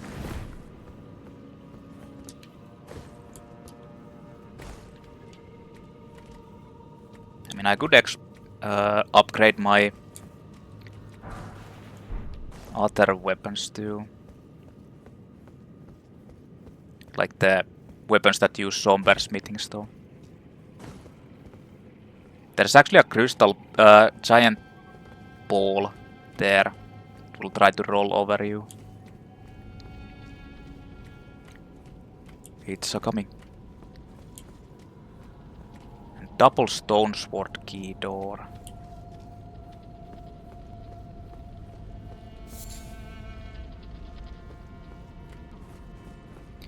I mean, they're kinda hinting that someone actually turned into one of these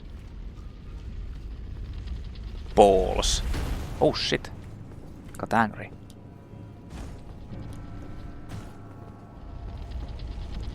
I mean,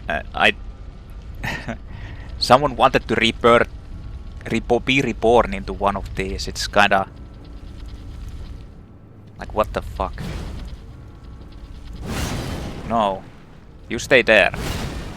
Let me just smack you.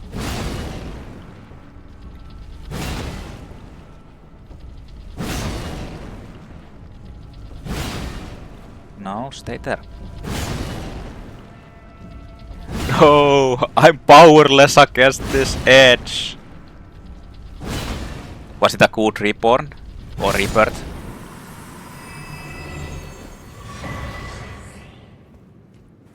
Probably wasn't. I'm a ball. I'm an iron ball. I'm invincible. Then he gets stuck in a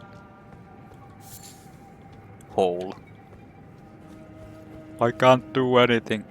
So if I... Oh, it only uses one. So if I remember correctly, this gives you an summon, ash summon, which is... I don't need it, and it's... Even... I don't think it's even that good. I mean, I don't know. What?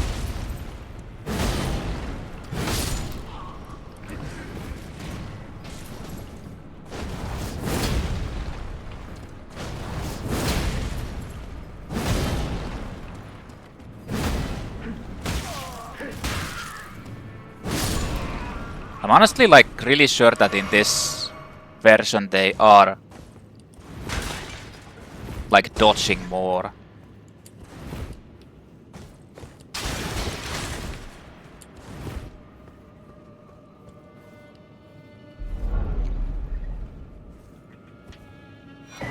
Nightmaiden and Swordsress puppets. Summons Nightmaiden and Swordsress spirits. An old puppet crafted in the Eternal City used to summon the spirits of a Nightmaiden and a Swordsress. These sisters, members of a cold-blooded race who wield flowing weapons, became puppets of their own volition.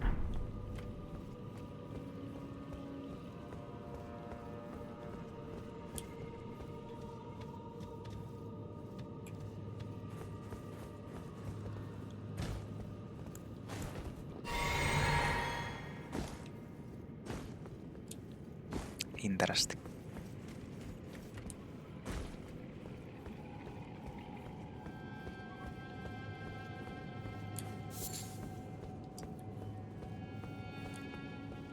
I think there's going to be another one of those balls coming up at some point.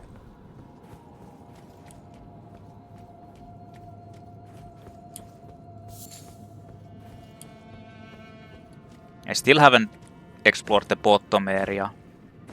But I think this is the optional area, this upper one. So I'm just running here.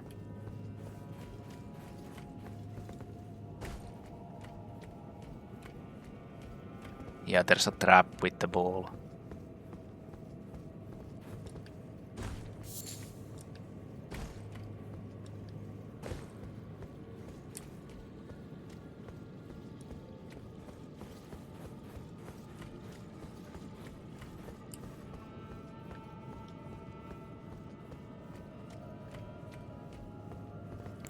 I mean, it's better to just bait it down.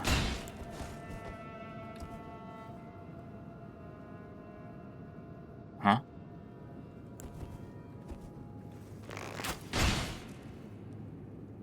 Hello? Are you coming down?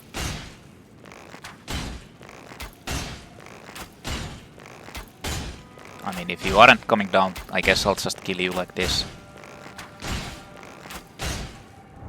Actually...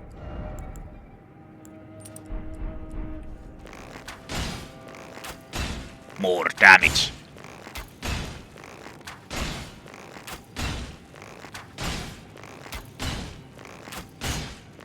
I thought this actually like drops and aggros you, but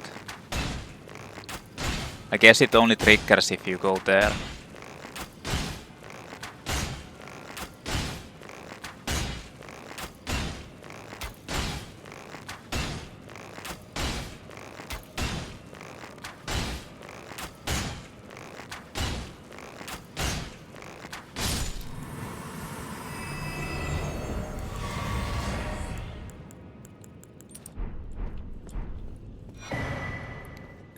Larval tier.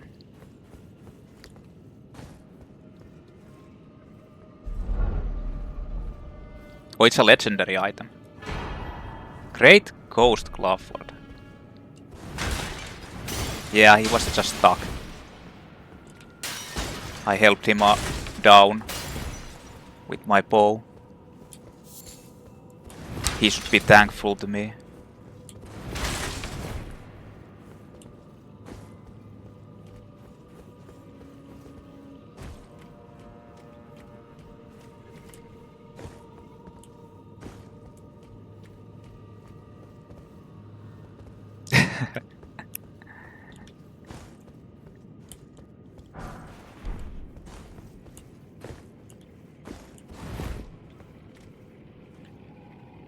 They're so ungrateful in this game. I think there's another one.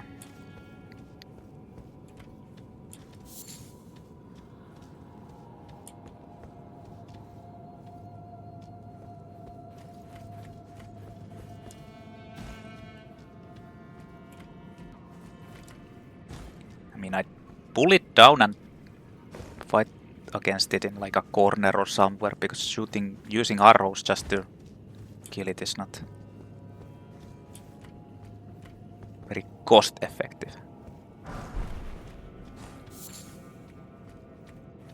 I don't know why I said cost effective.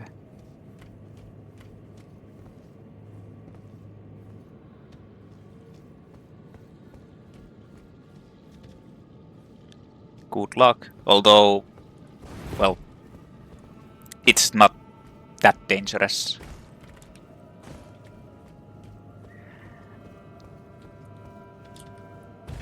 The big tree.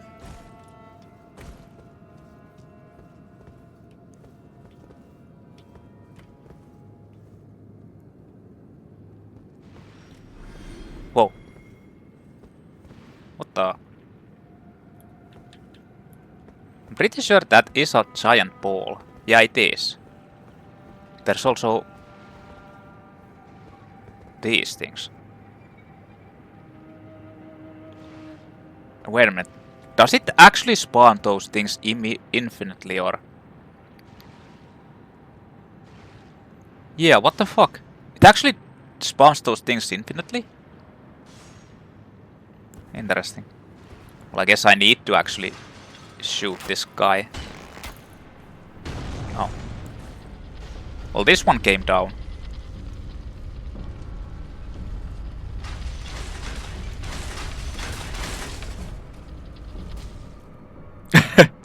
No! I was stopped by the wall. Ugh.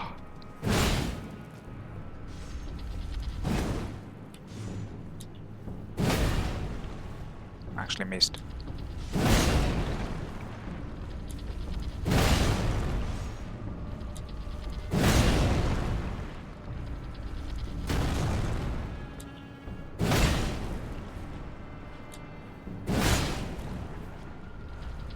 This door, it's too strong for me.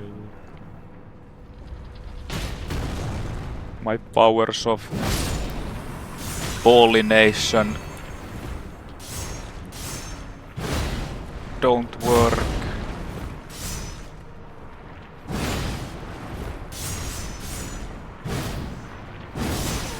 Wait. Who one-shot you? The tree?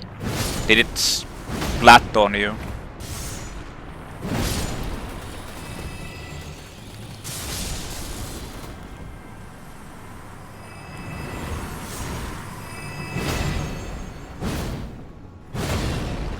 Oh.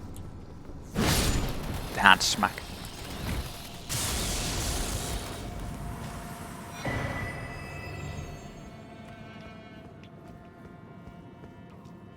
The tree is dangerous if you get smacked. Like if it one-shots you, then it is actually really dangerous.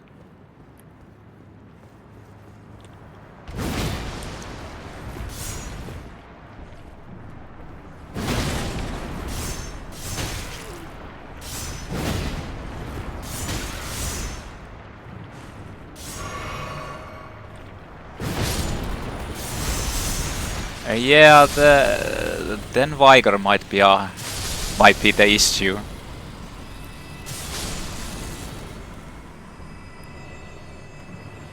Might have something to do with that.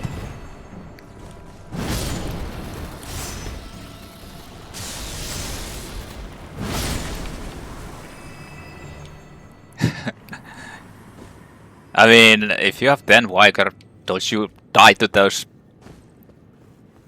like the villager dudes with one shot too? Or maybe not in that, like, maybe not in that point, but...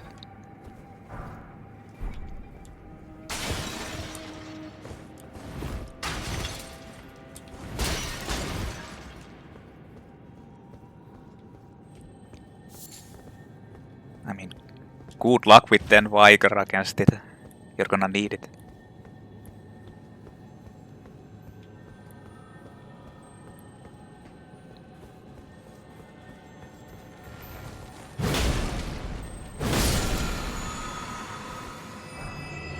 More somber, like... I don't get any new skills here.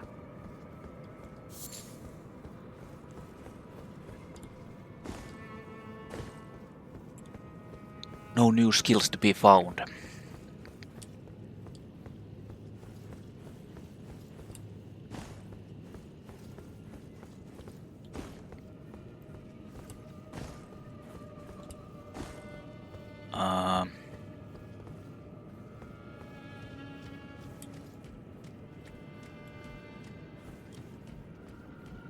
I think both of these mimic tiers or silver tiers or whatever they are actually transform into a human player or like an NPC. Which kinda sucks. I'd want to get them one at a time.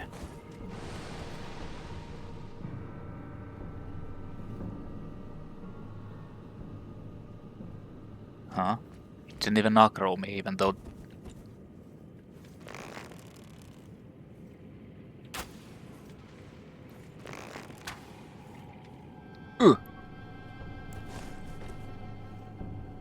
Come here, silver tier.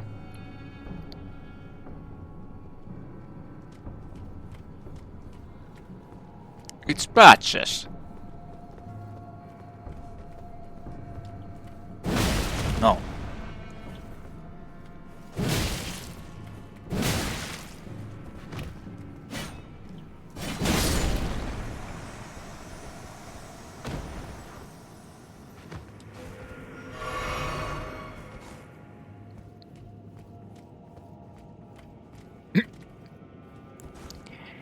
Laid back on you and she just vanished.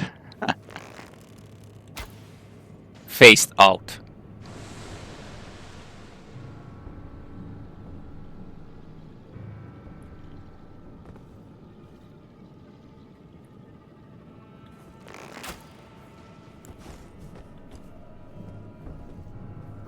Phased out.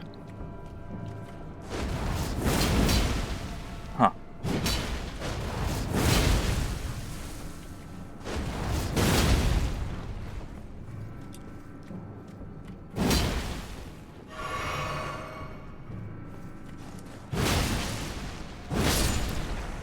I have a bigger weapon. Thus, I am stronger. Okay, now it's this guy's turn or girl or whatever.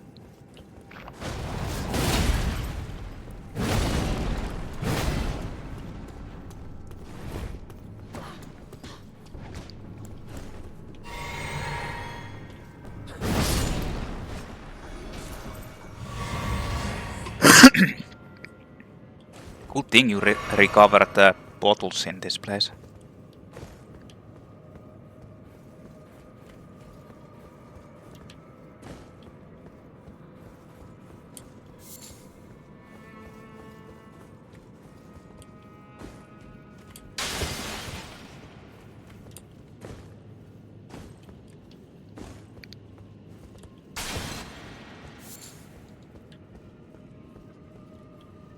What do you even get here?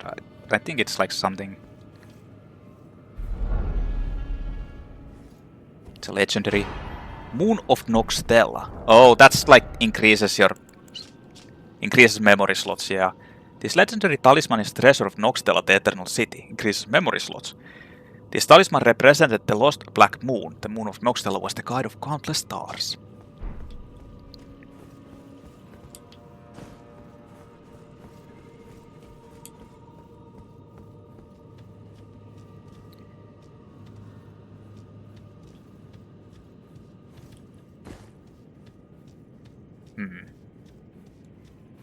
Well, this place is pretty much clear, like the upper area.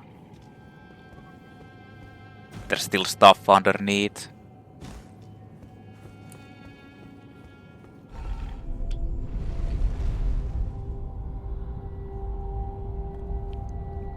And you can get further into Ranni's quest.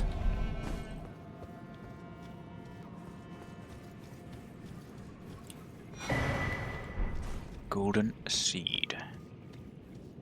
So there's ants.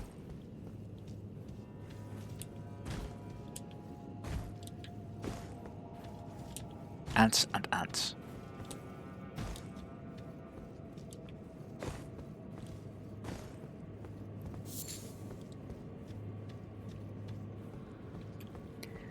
Ants and butterflies.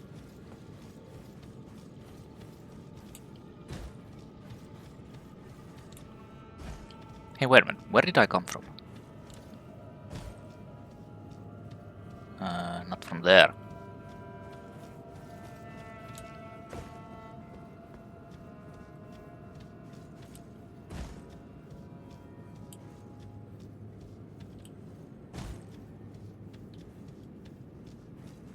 I'm not even sure where I came from.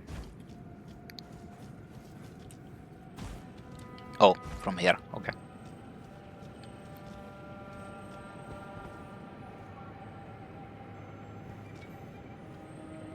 There's a scarab there, but I think that's just like a MP flask scarab. Why is it already moving? No, maybe it actually isn't. Well, in any case, there's nowhere else to go except jump down.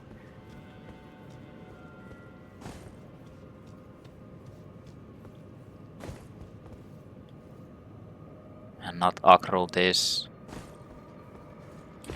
Ants.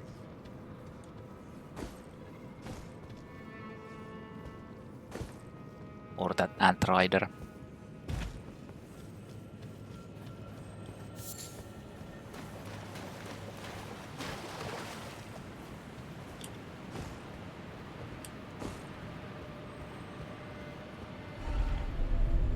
This is the path forward, but I kind of I want to explore the upper area. But I'll just go here to get the grace.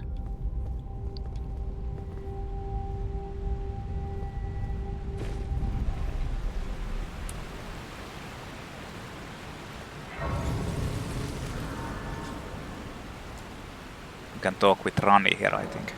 Yeah. Oh. Get another charge to my flask. Talk to Ranni. Speak of the past a while. I was once an Empyrean of the demigods. Only I, Nicola, and Melania could claim that title. Each of us was chosen by our own two fingers as a candidate to succeed Queen Marika, to become the new god of the coming age, which is when I received Blythe, in the form of a vassal tailored for an Empyrean. But I would not acquiesce to the two fingers. I stole the rune of death, slew mine own Empyrean flesh, casting it away. I would not be controlled by that thing. The two fingers and I have been cursing each other ever since, and the baleful shadows are their assassins. The question is why would she make a plot to kill Godwin? What does Godwin have to do with any of this?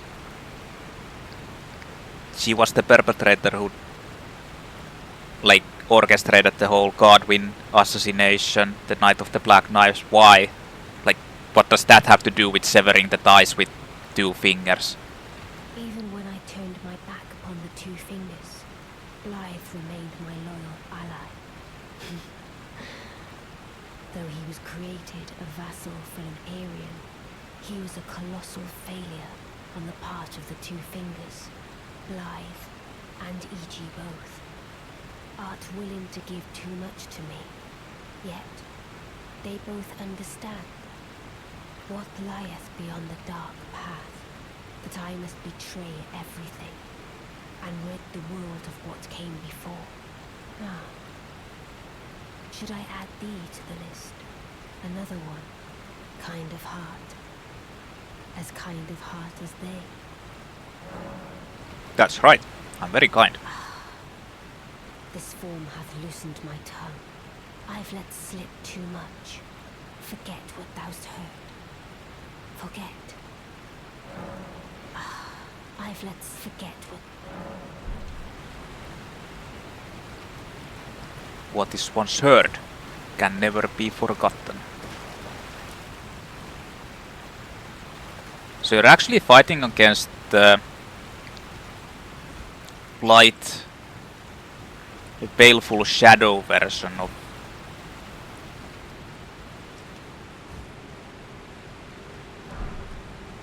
Oh, Ghost-Glovewort 9. But this is way later on. This is supposed to be end game. or near end game. Like late game.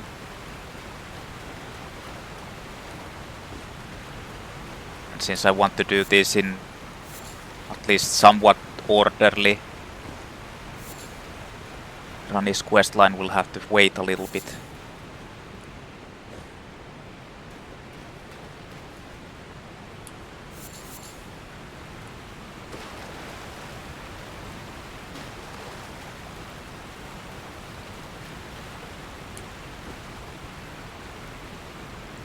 In the meantime, I'll head back here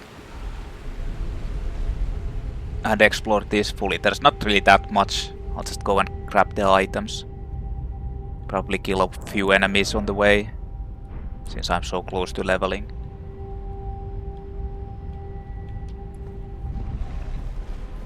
I mean, I feel like I kinda need to kill some of the enemies. They're blocking this.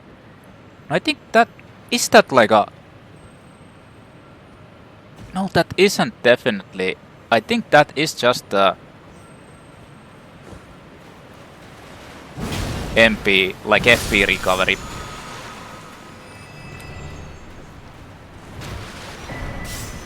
Celestial Dew.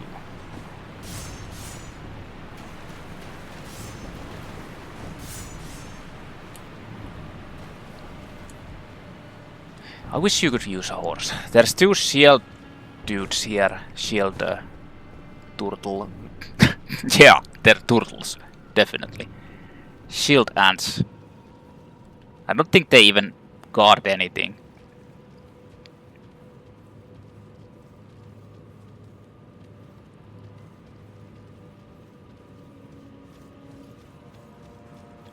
I might be mistaken that you can actually kill them and get something for it, but... probably not. Ghost-Glovewort 8.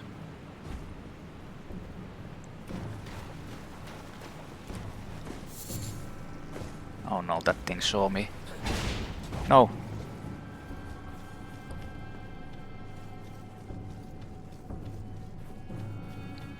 Let me go here.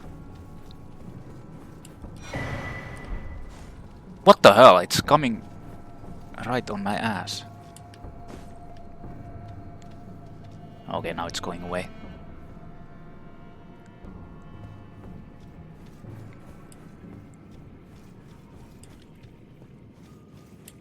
It's right on my ass. Well, if I'd care about formic rocks, I would loot these.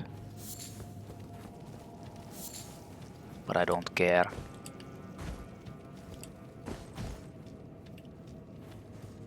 I don't think you can... You use them for anything important anyway.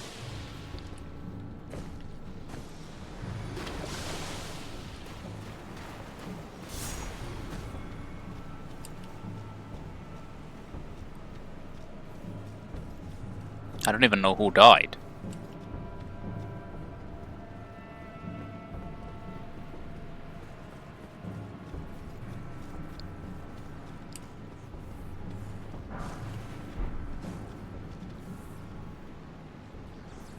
Huh.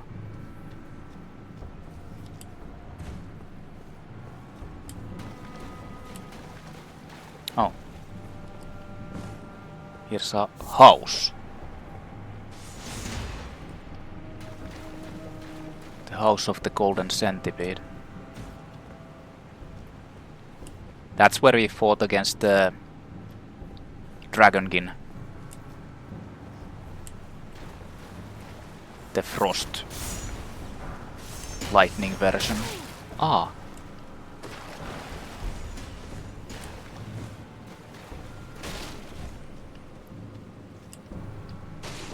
This is the...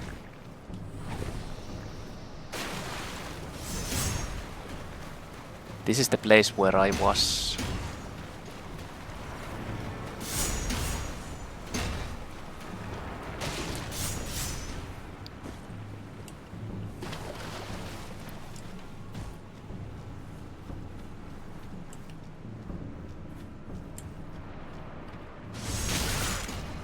Ah!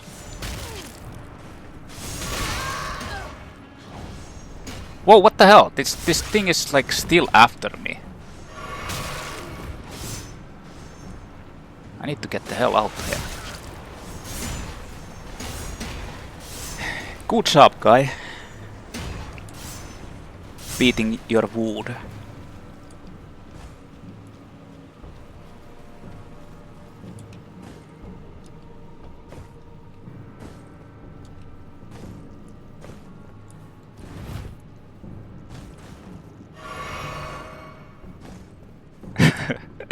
Beating the wood. Oh shit. Well, I guess I got like most of these things.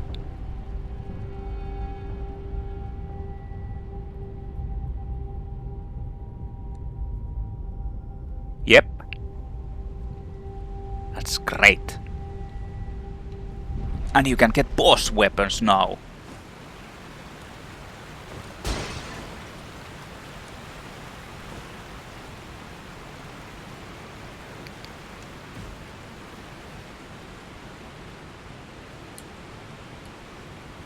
What kind of a build are you thinking about doing?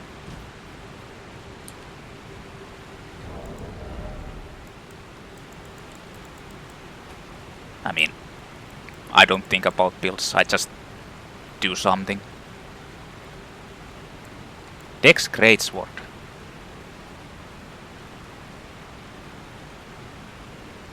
Huh. Nice. Actually,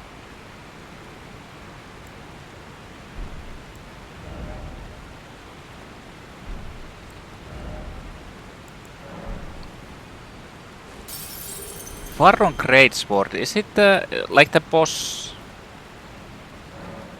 weapon?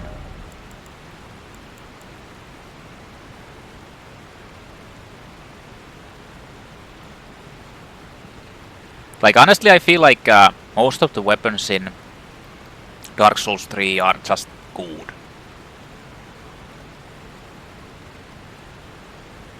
Yeah, the boss. Yeah. The one with the like the offhand weapon, like the dagger.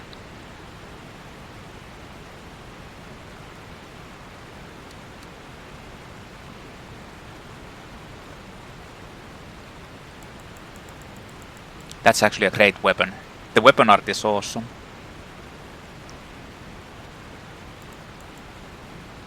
Or weapon skill, what's it called in Dark Souls 3, I'm not sure. I'm actually gonna... I think I'm just gonna get Fate. Like up to 20.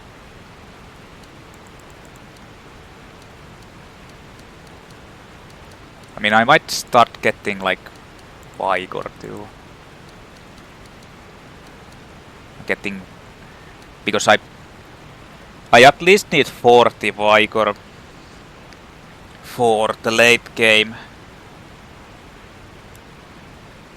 So that you don't need to basically struggle all the time. And if you can do it with 40, then you're like, that's kinda like the minimum for the DLC. So I might as well get that now because I do damage. I just like even numbers. I kinda want to get 15 just to get even dexterity and 20 to get even fate. I'm like... I'm weird. The most optimal would be to get strength because I'm basically only using strength weapons.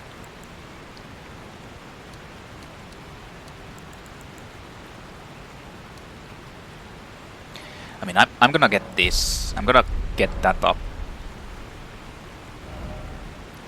But that's Nokstella Eternal City. I mean, I guess I can go further on. And try to fight the baleful shadows.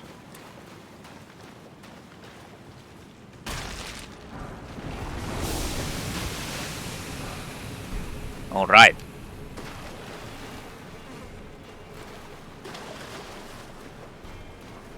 Did you...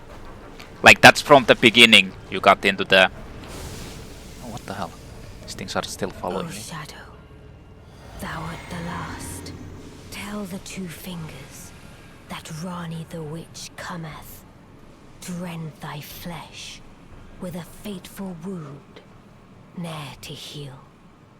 Yes. Tell him that. Tell him that this is the ultimate tactic.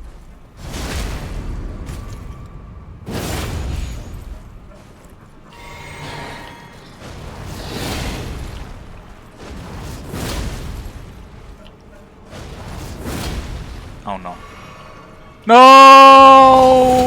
I was too late. Oh. God damn it. My cheese didn't work. It almost worked. God damn it.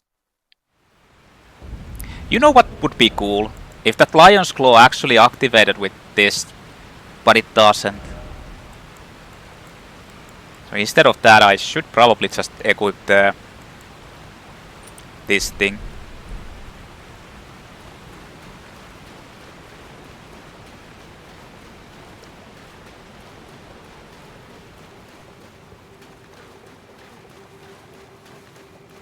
The baleful shadows.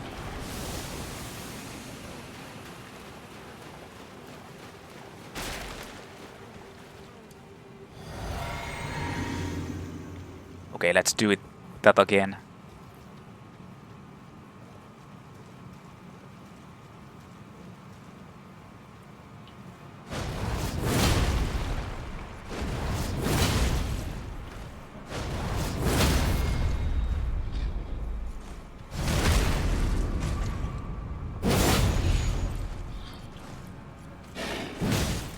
Oh no!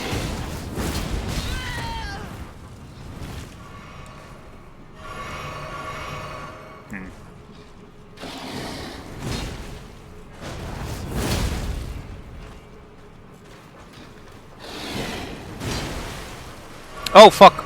Wrong. I was going to do this. Hey! No! Just stay down.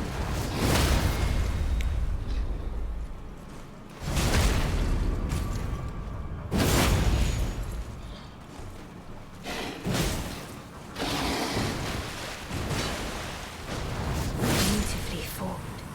My thanks. Thank you, thank It you. was more of a challenge than I envisioned. Now I can finally stand before them. This is farewell, my dear. Tell Blythe and Iji I love them. Discarded Palace Key. Key to treasure chest for Karjan princesses. A key discarded for Lunar Princess Ranni alongside her very flesh. Opens a treasure chest passed down to Karjan princesses. It is said to be found in the Grand Library of Rhea Lucaria with her mother Renna.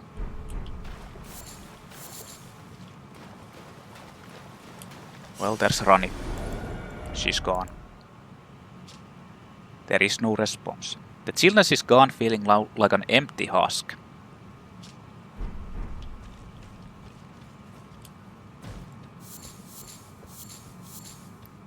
So this would lead to the giant rot lake.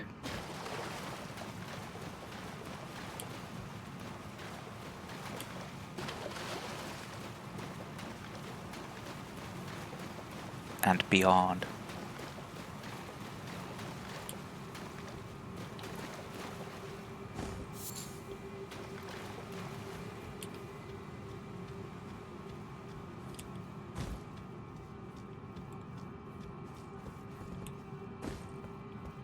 So I guess I'll just go and get the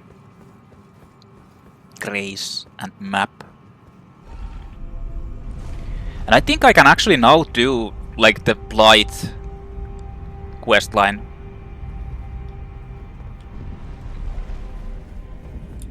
Or rather kill Blight. The Lake of Rot.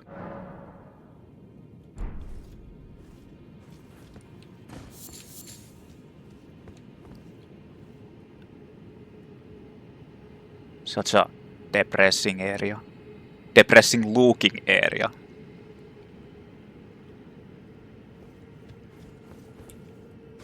Finally, here we are. So this is the place we were looking at from up somewhere.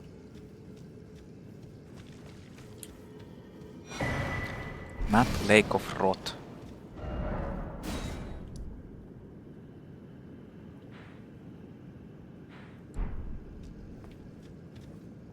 Running around in the rot. So hold on. Can you see the there's one of the ancestral follower dudes just running around in the, I think he's over there. He just runs around in the rot. Yeah, there he is.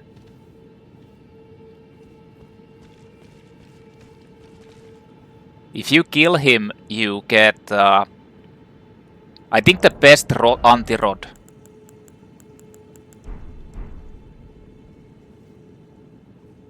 Talisman.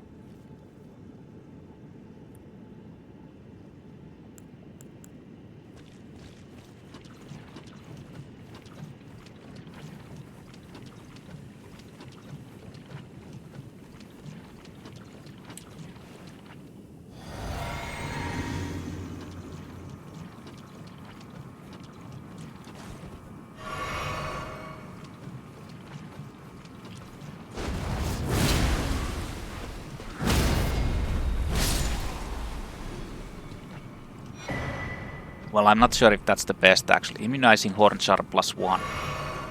It actually isn't the best. There's +2, so...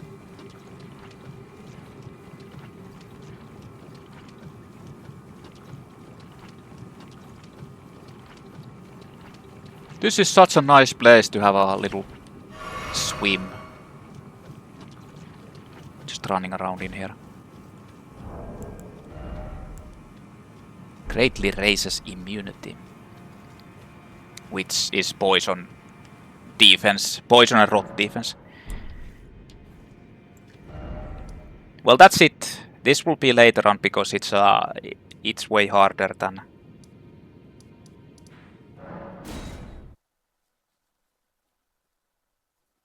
like it's higher level, at least the follow-up. First, I want to go and meet up with Blight. No, you can't do it yet. Oh, I think it is later then. I wonder if it's when you get to the final area of Ranni's place.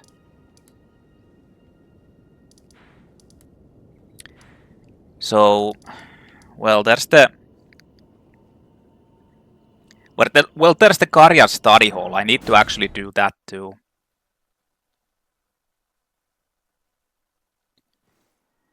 And oh, never mind. I'm actually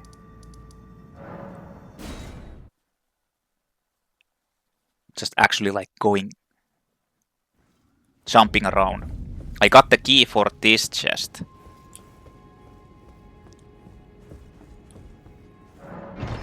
Use discarded palace key. Dark Moon Ring. Ring of Lunar Princess Ranni's Gold Oath. Ring depicting a leaden full moon, symbolic of Gold Oath. The ring is supposed to be given by Lunar Princess Ranni to her consort. Ranni is an Empyrean, meaning her consort could by rights earn the title of Lord. A warning is engraved within.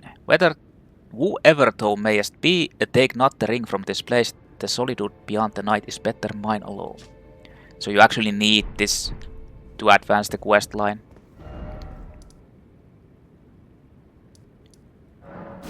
But I'm going to do this as well. This is where the curse mark of death is Ranni's quest curse mark. He gave me this thing.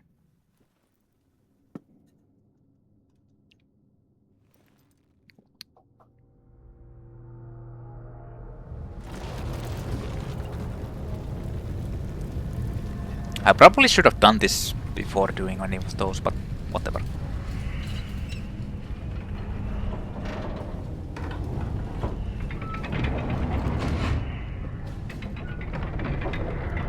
Yeah, I'm not like finishing the Lake of Wrath and Ranni questlines because they're basically like kind of higher level, or the recommended level is a bit higher. I kind of want to do this in at least somewhat of the remove inverted statue. So this is now upside down. I want to do this in like at least partly in the recommended order that they are supposed to be done, or they expect it to be done. So basically all of those like underground areas after that, like the Lake of Wrath, or this area, Great Waterfall, like the Great Water Basin or whatever it is, are kind of like expected to be done after Altus Plateau. So I'm thinking about doing Altus Plateau next. Like after this. Here's fingers.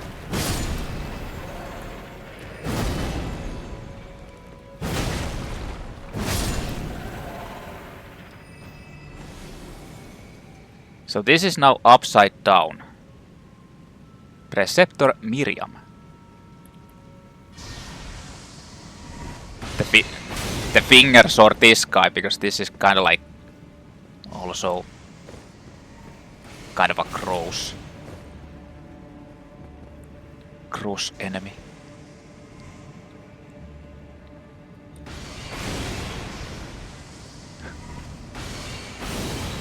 Like, just look at that guy. Woman, girl, man, thing, monster. And if you run there, you're going to be ambushed by those hands. And it spawns like those ghost men too.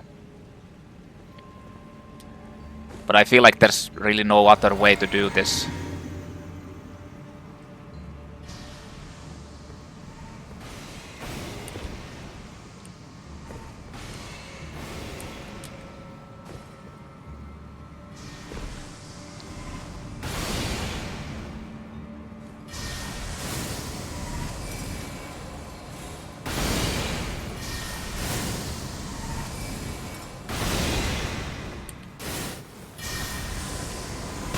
Oh, fuck!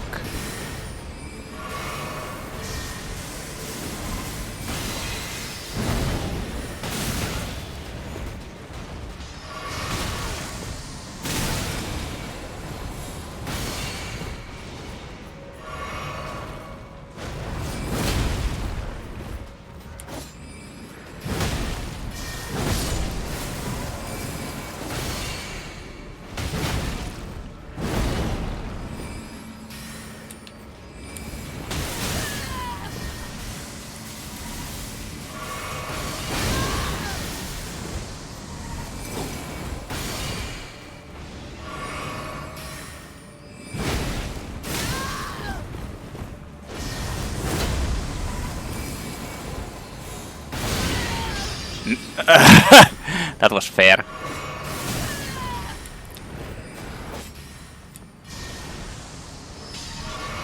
Okay, I need to kill this fucking hand. Or this guy. Oh shit, there's two of them! Yeah.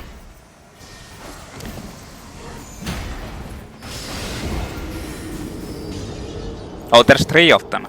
This is like so fucking bullshit part. Like if you just use arrows, then it's not a problem, but like kill them from range, but doing it head on like that is just...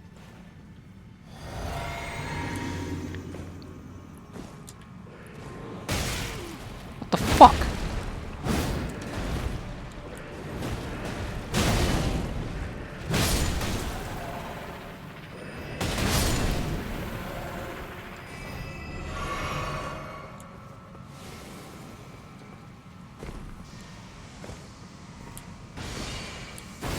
You missed.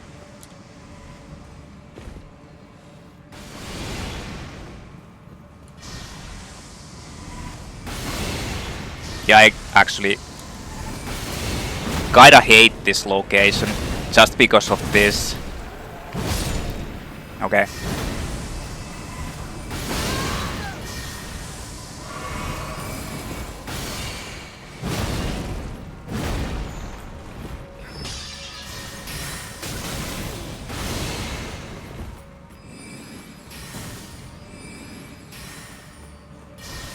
What the fuck is this guy doing?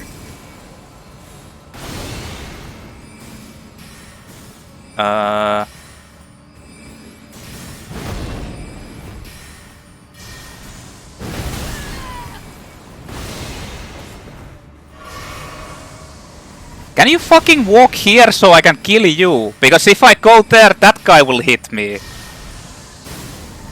Come on! And the problem is that he's like fucking with this fucking uses the shield, so I can't even like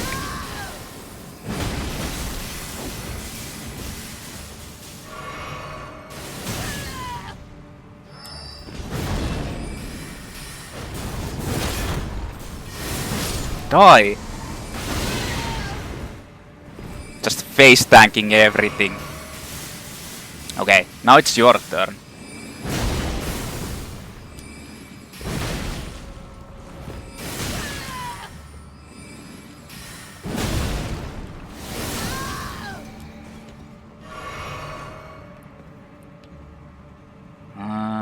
I need to go next.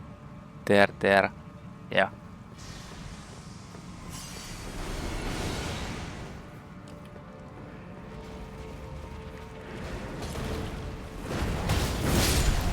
Goodbye.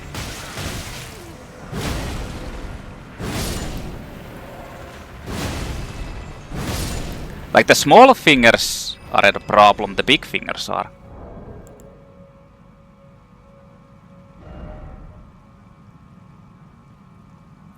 Yeah. Lucidity alleviates buildup of sleep and madness. Int 17. One of the sorceries of the Guardian royal family alleviates buildup of sleep and madness. This sorcery can be cast while in motion. The Guardian knights never waver. Like I had to just face tank that shit. Actually surprised that it didn't one-shot me. Usually when I'm here, it one-shots me. Whoa. I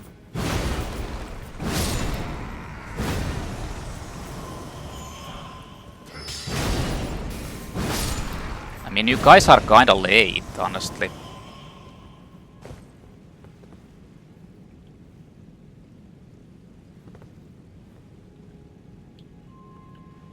Oh yeah, I'm supposed to actually go all the way down there. That elevator. Is there something on these chandeliers?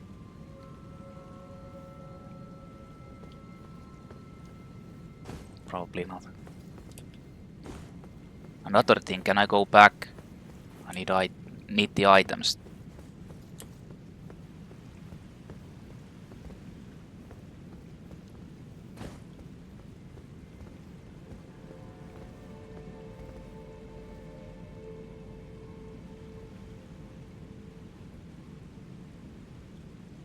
Actually, this is the only item here.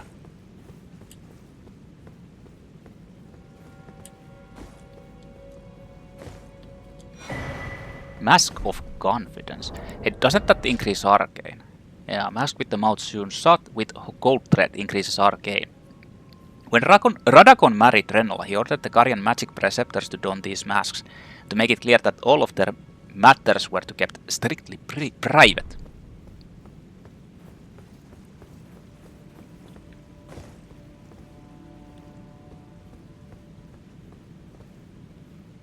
Is there anything there?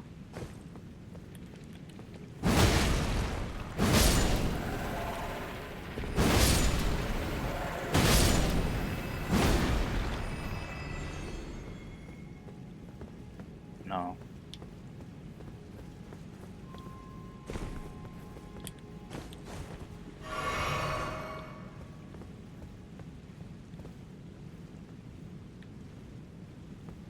So let's keep going down. Need to get to the elevator thing in the center.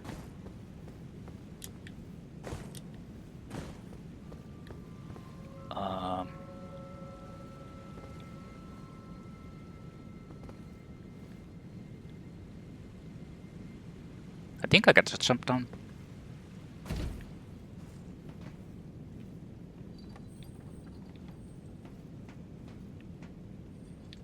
No items on the sides. Yeah.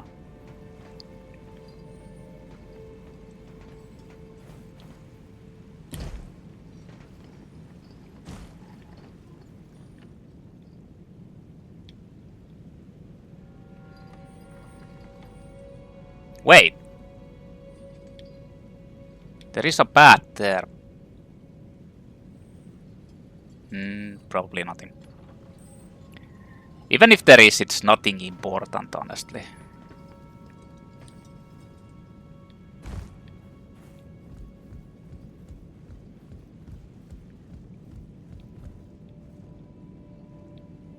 I think this is the only item here.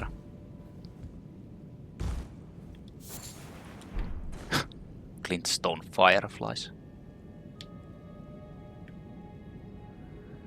Nice floating books, by the way. Oh, there's another one there.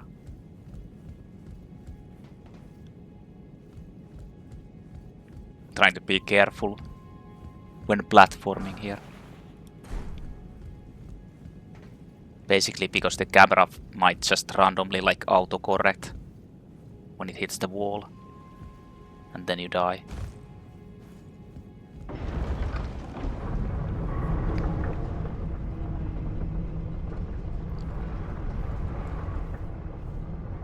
Going down.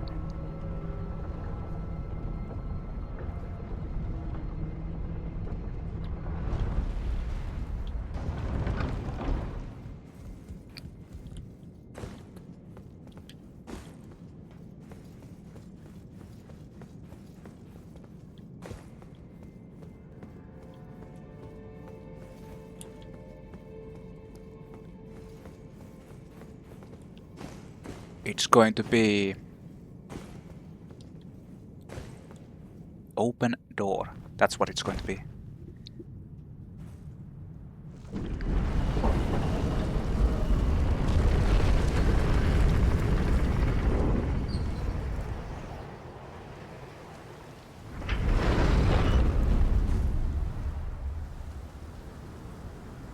Nice.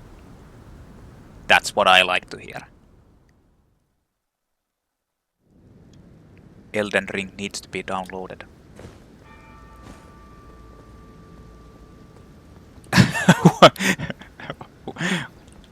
What? Why? Damn that tree sentinel.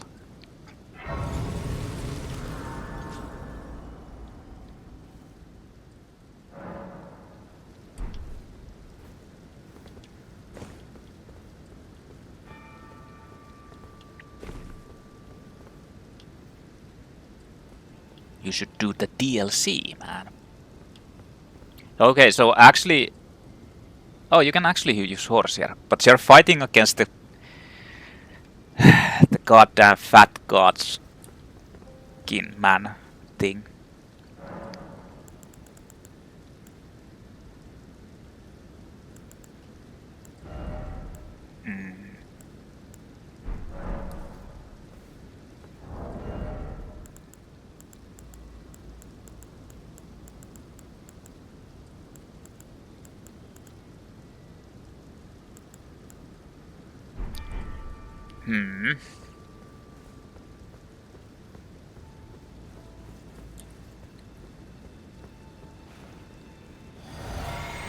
Well, let's go.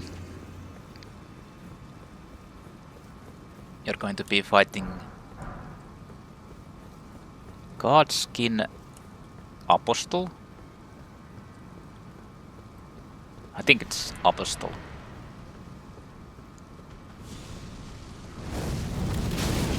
Oh.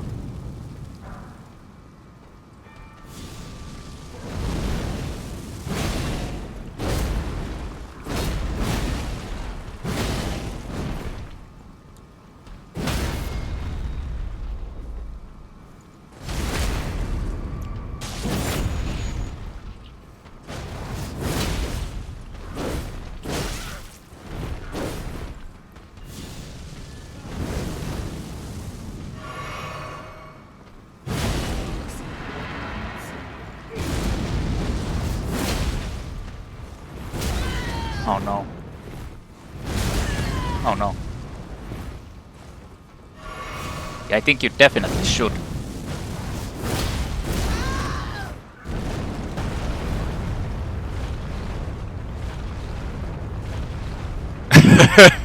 This is like riveting.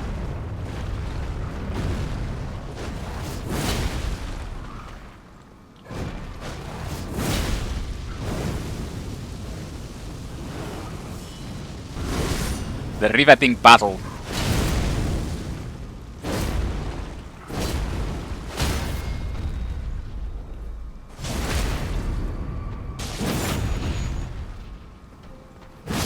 Was this really this easy? What? Godskin Noble. Oh, that was Noble. Godskin Noble Hood, Godskin Noble Robe, Godskin Noble Bracelets, and Godskin Noble Trousers. I think that's actually a decent armor set for light.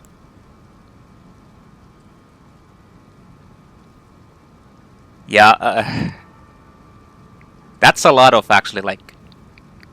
But didn't you say you're basically like... In the end... You're in the end with the DLC, since you were close to Romina and...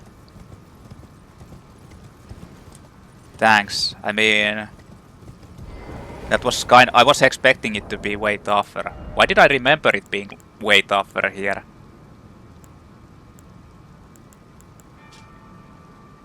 But yeah, you're like at the end of the DLC basically, if you only need to beat Romina and then the final dungeon.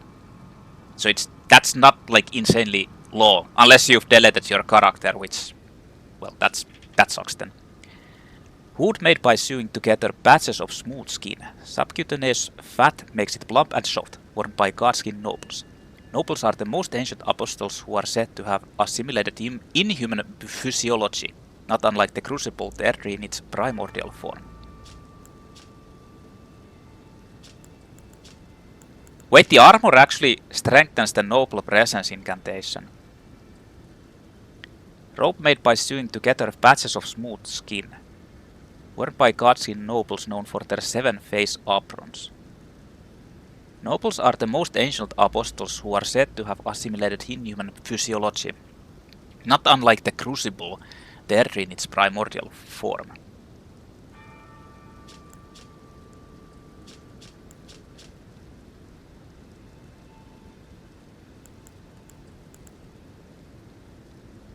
Amazing. Like, this armor is actually decent for a light. Well, not, I don't know, not the armor, but the gears. Like, for example, this, it's medium load. Gives you higher poise than Traveler's Gloves, and higher defense with almost everything except immunity and fire.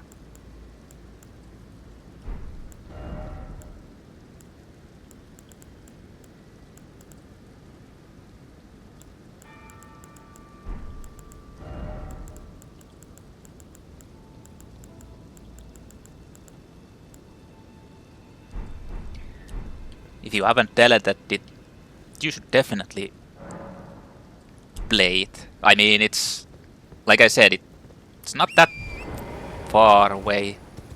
Like it's almost at the end basically. I mean, depending on how hard it is, or rather like, I mean, it might take a longer to just learn like Radagon and stuff, but still. Romina isn't that bad. I mean, Romina was, in my opinion, the easiest boss out of all of them. But it all depends on what build you use, I guess.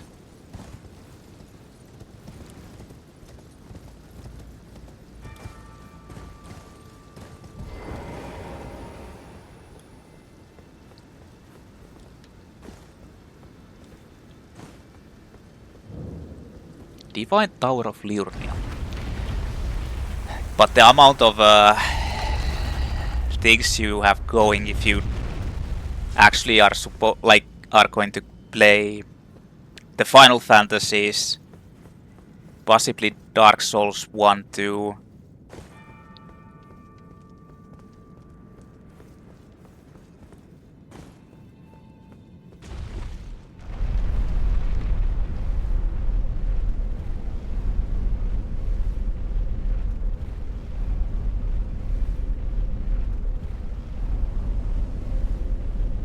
And DS3, it's like kinda crazy.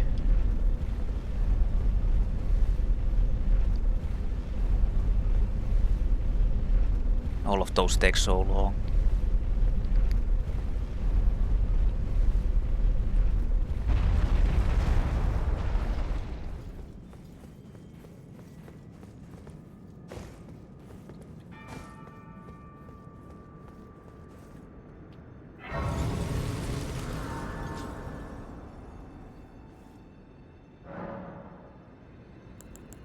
Yeah.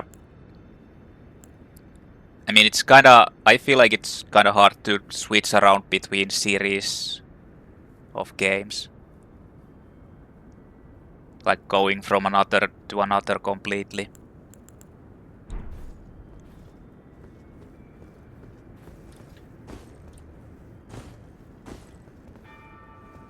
I assume you've done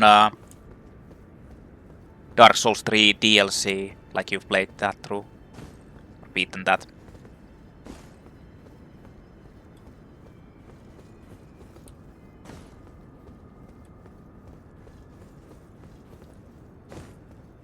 Not that they're really that long.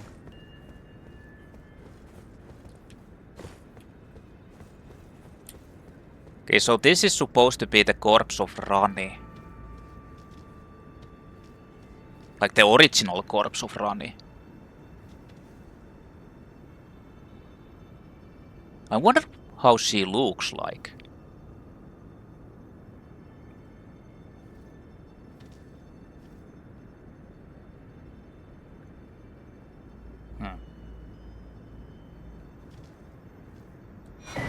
Curse Mark of Death and Stargazer Helm. Oh, you get the int item from here. The intelligence talisman. Yeah, raises intelligence. A talisman engraved with the legend of a queen. The young astrologer gazed at the night sky as she walked. She had always chased the stars every step of her journey. When she met the full moon and in time the astrologer became a queen. So that's supposed to be Rennalla's story.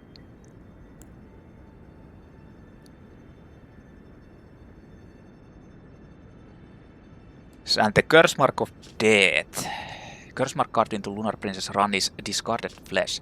Curse Mark carved into the discarded flesh of Ranni the Witch, also known as the half-wheel wound of the centipede. This Curse Mark was carved at the moment of death of the first demigod and should have taken the shape of a circle. However, two demigods perished at the same time, breaking the Curse Mark into two half-wheels. Ranni was the first of the demigods whose flesh perished, while the Prince of Death perished in soul alone. It depends on how much you want to actually do in the game. On your first playthrough, if you just... I don't know if you've probably seen the game, so you have some idea. Like if it's completely blind, then... and you try to at least check out most of the things and explore like most of the things there, then it takes probably like 40 hours, I'd say, 40 to 50. It only, like, if you're experienced with Souls games, you know what to build, then the bosses won't be difficult, because honestly, in that game there's like really no hard bosses, except for... Okay. In that game there's like no actual really difficult bosses, except for Ornstein and Smaug, just because it's a two enemy fight, like a two multi-boss fight, and you're not very high level when you get to that part. And the other ones are Manus and Artorias. Artorias is like a great spike compared to the other ones. So there's basically only, I'd say, 3 bosses that are difficult where you actually need to, I guess, learn their patterns and fight against them. The other ones are kinda just go there and beat them up if you have a actual build and a decent weapon. If you want to defeat all the bosses, I'd say like it's 40 hours if you kinda like go everywhere.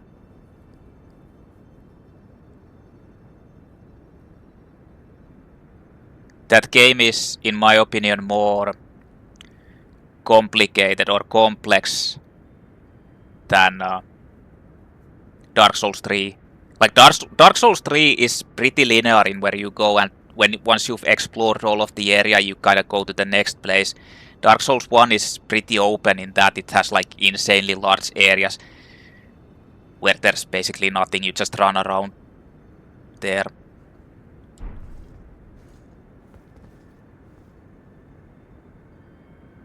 Yeah, it actually is.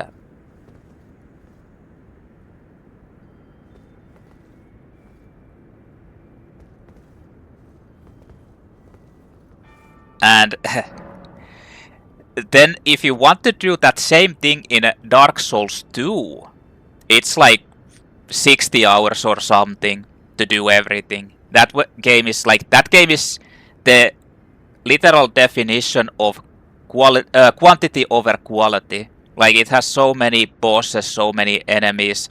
The mechanics are so wonky unless you know how to build and you're used to it, because it's not like Dark Souls. And that game has like in a lot of cheap just insta-kill situations, like cheap deaths basically. Like the game just is made to be, like, annoy and trap you. Yeah.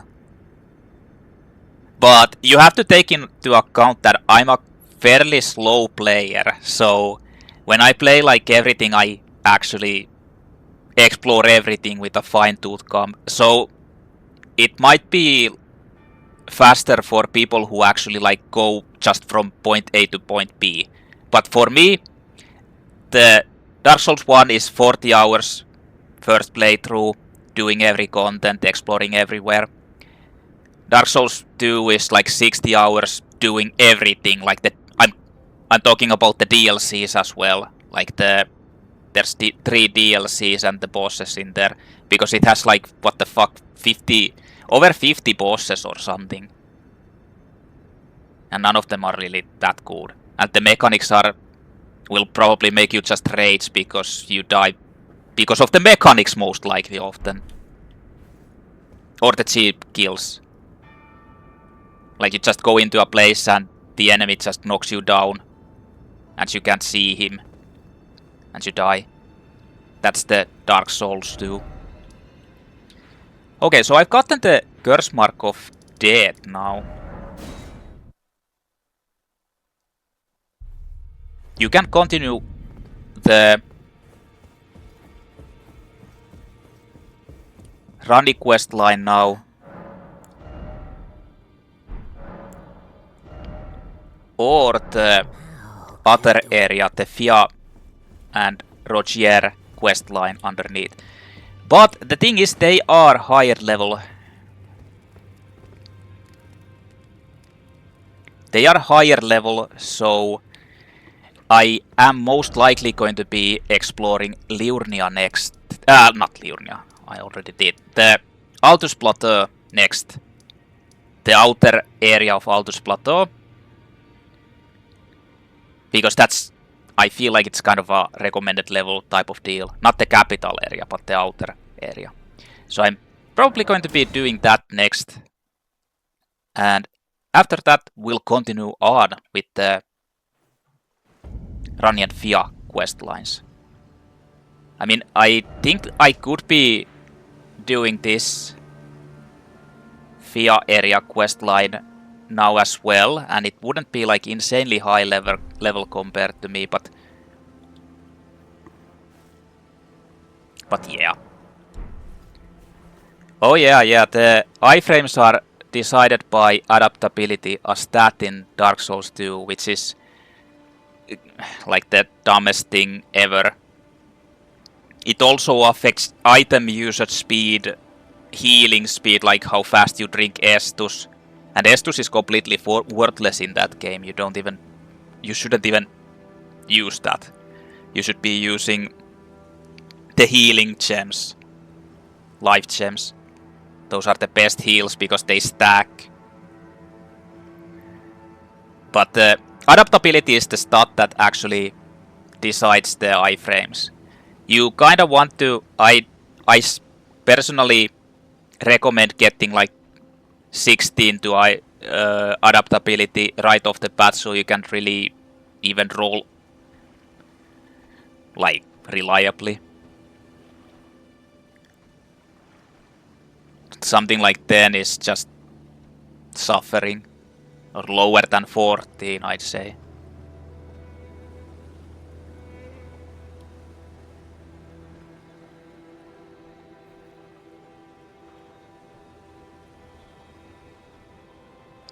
But yeah,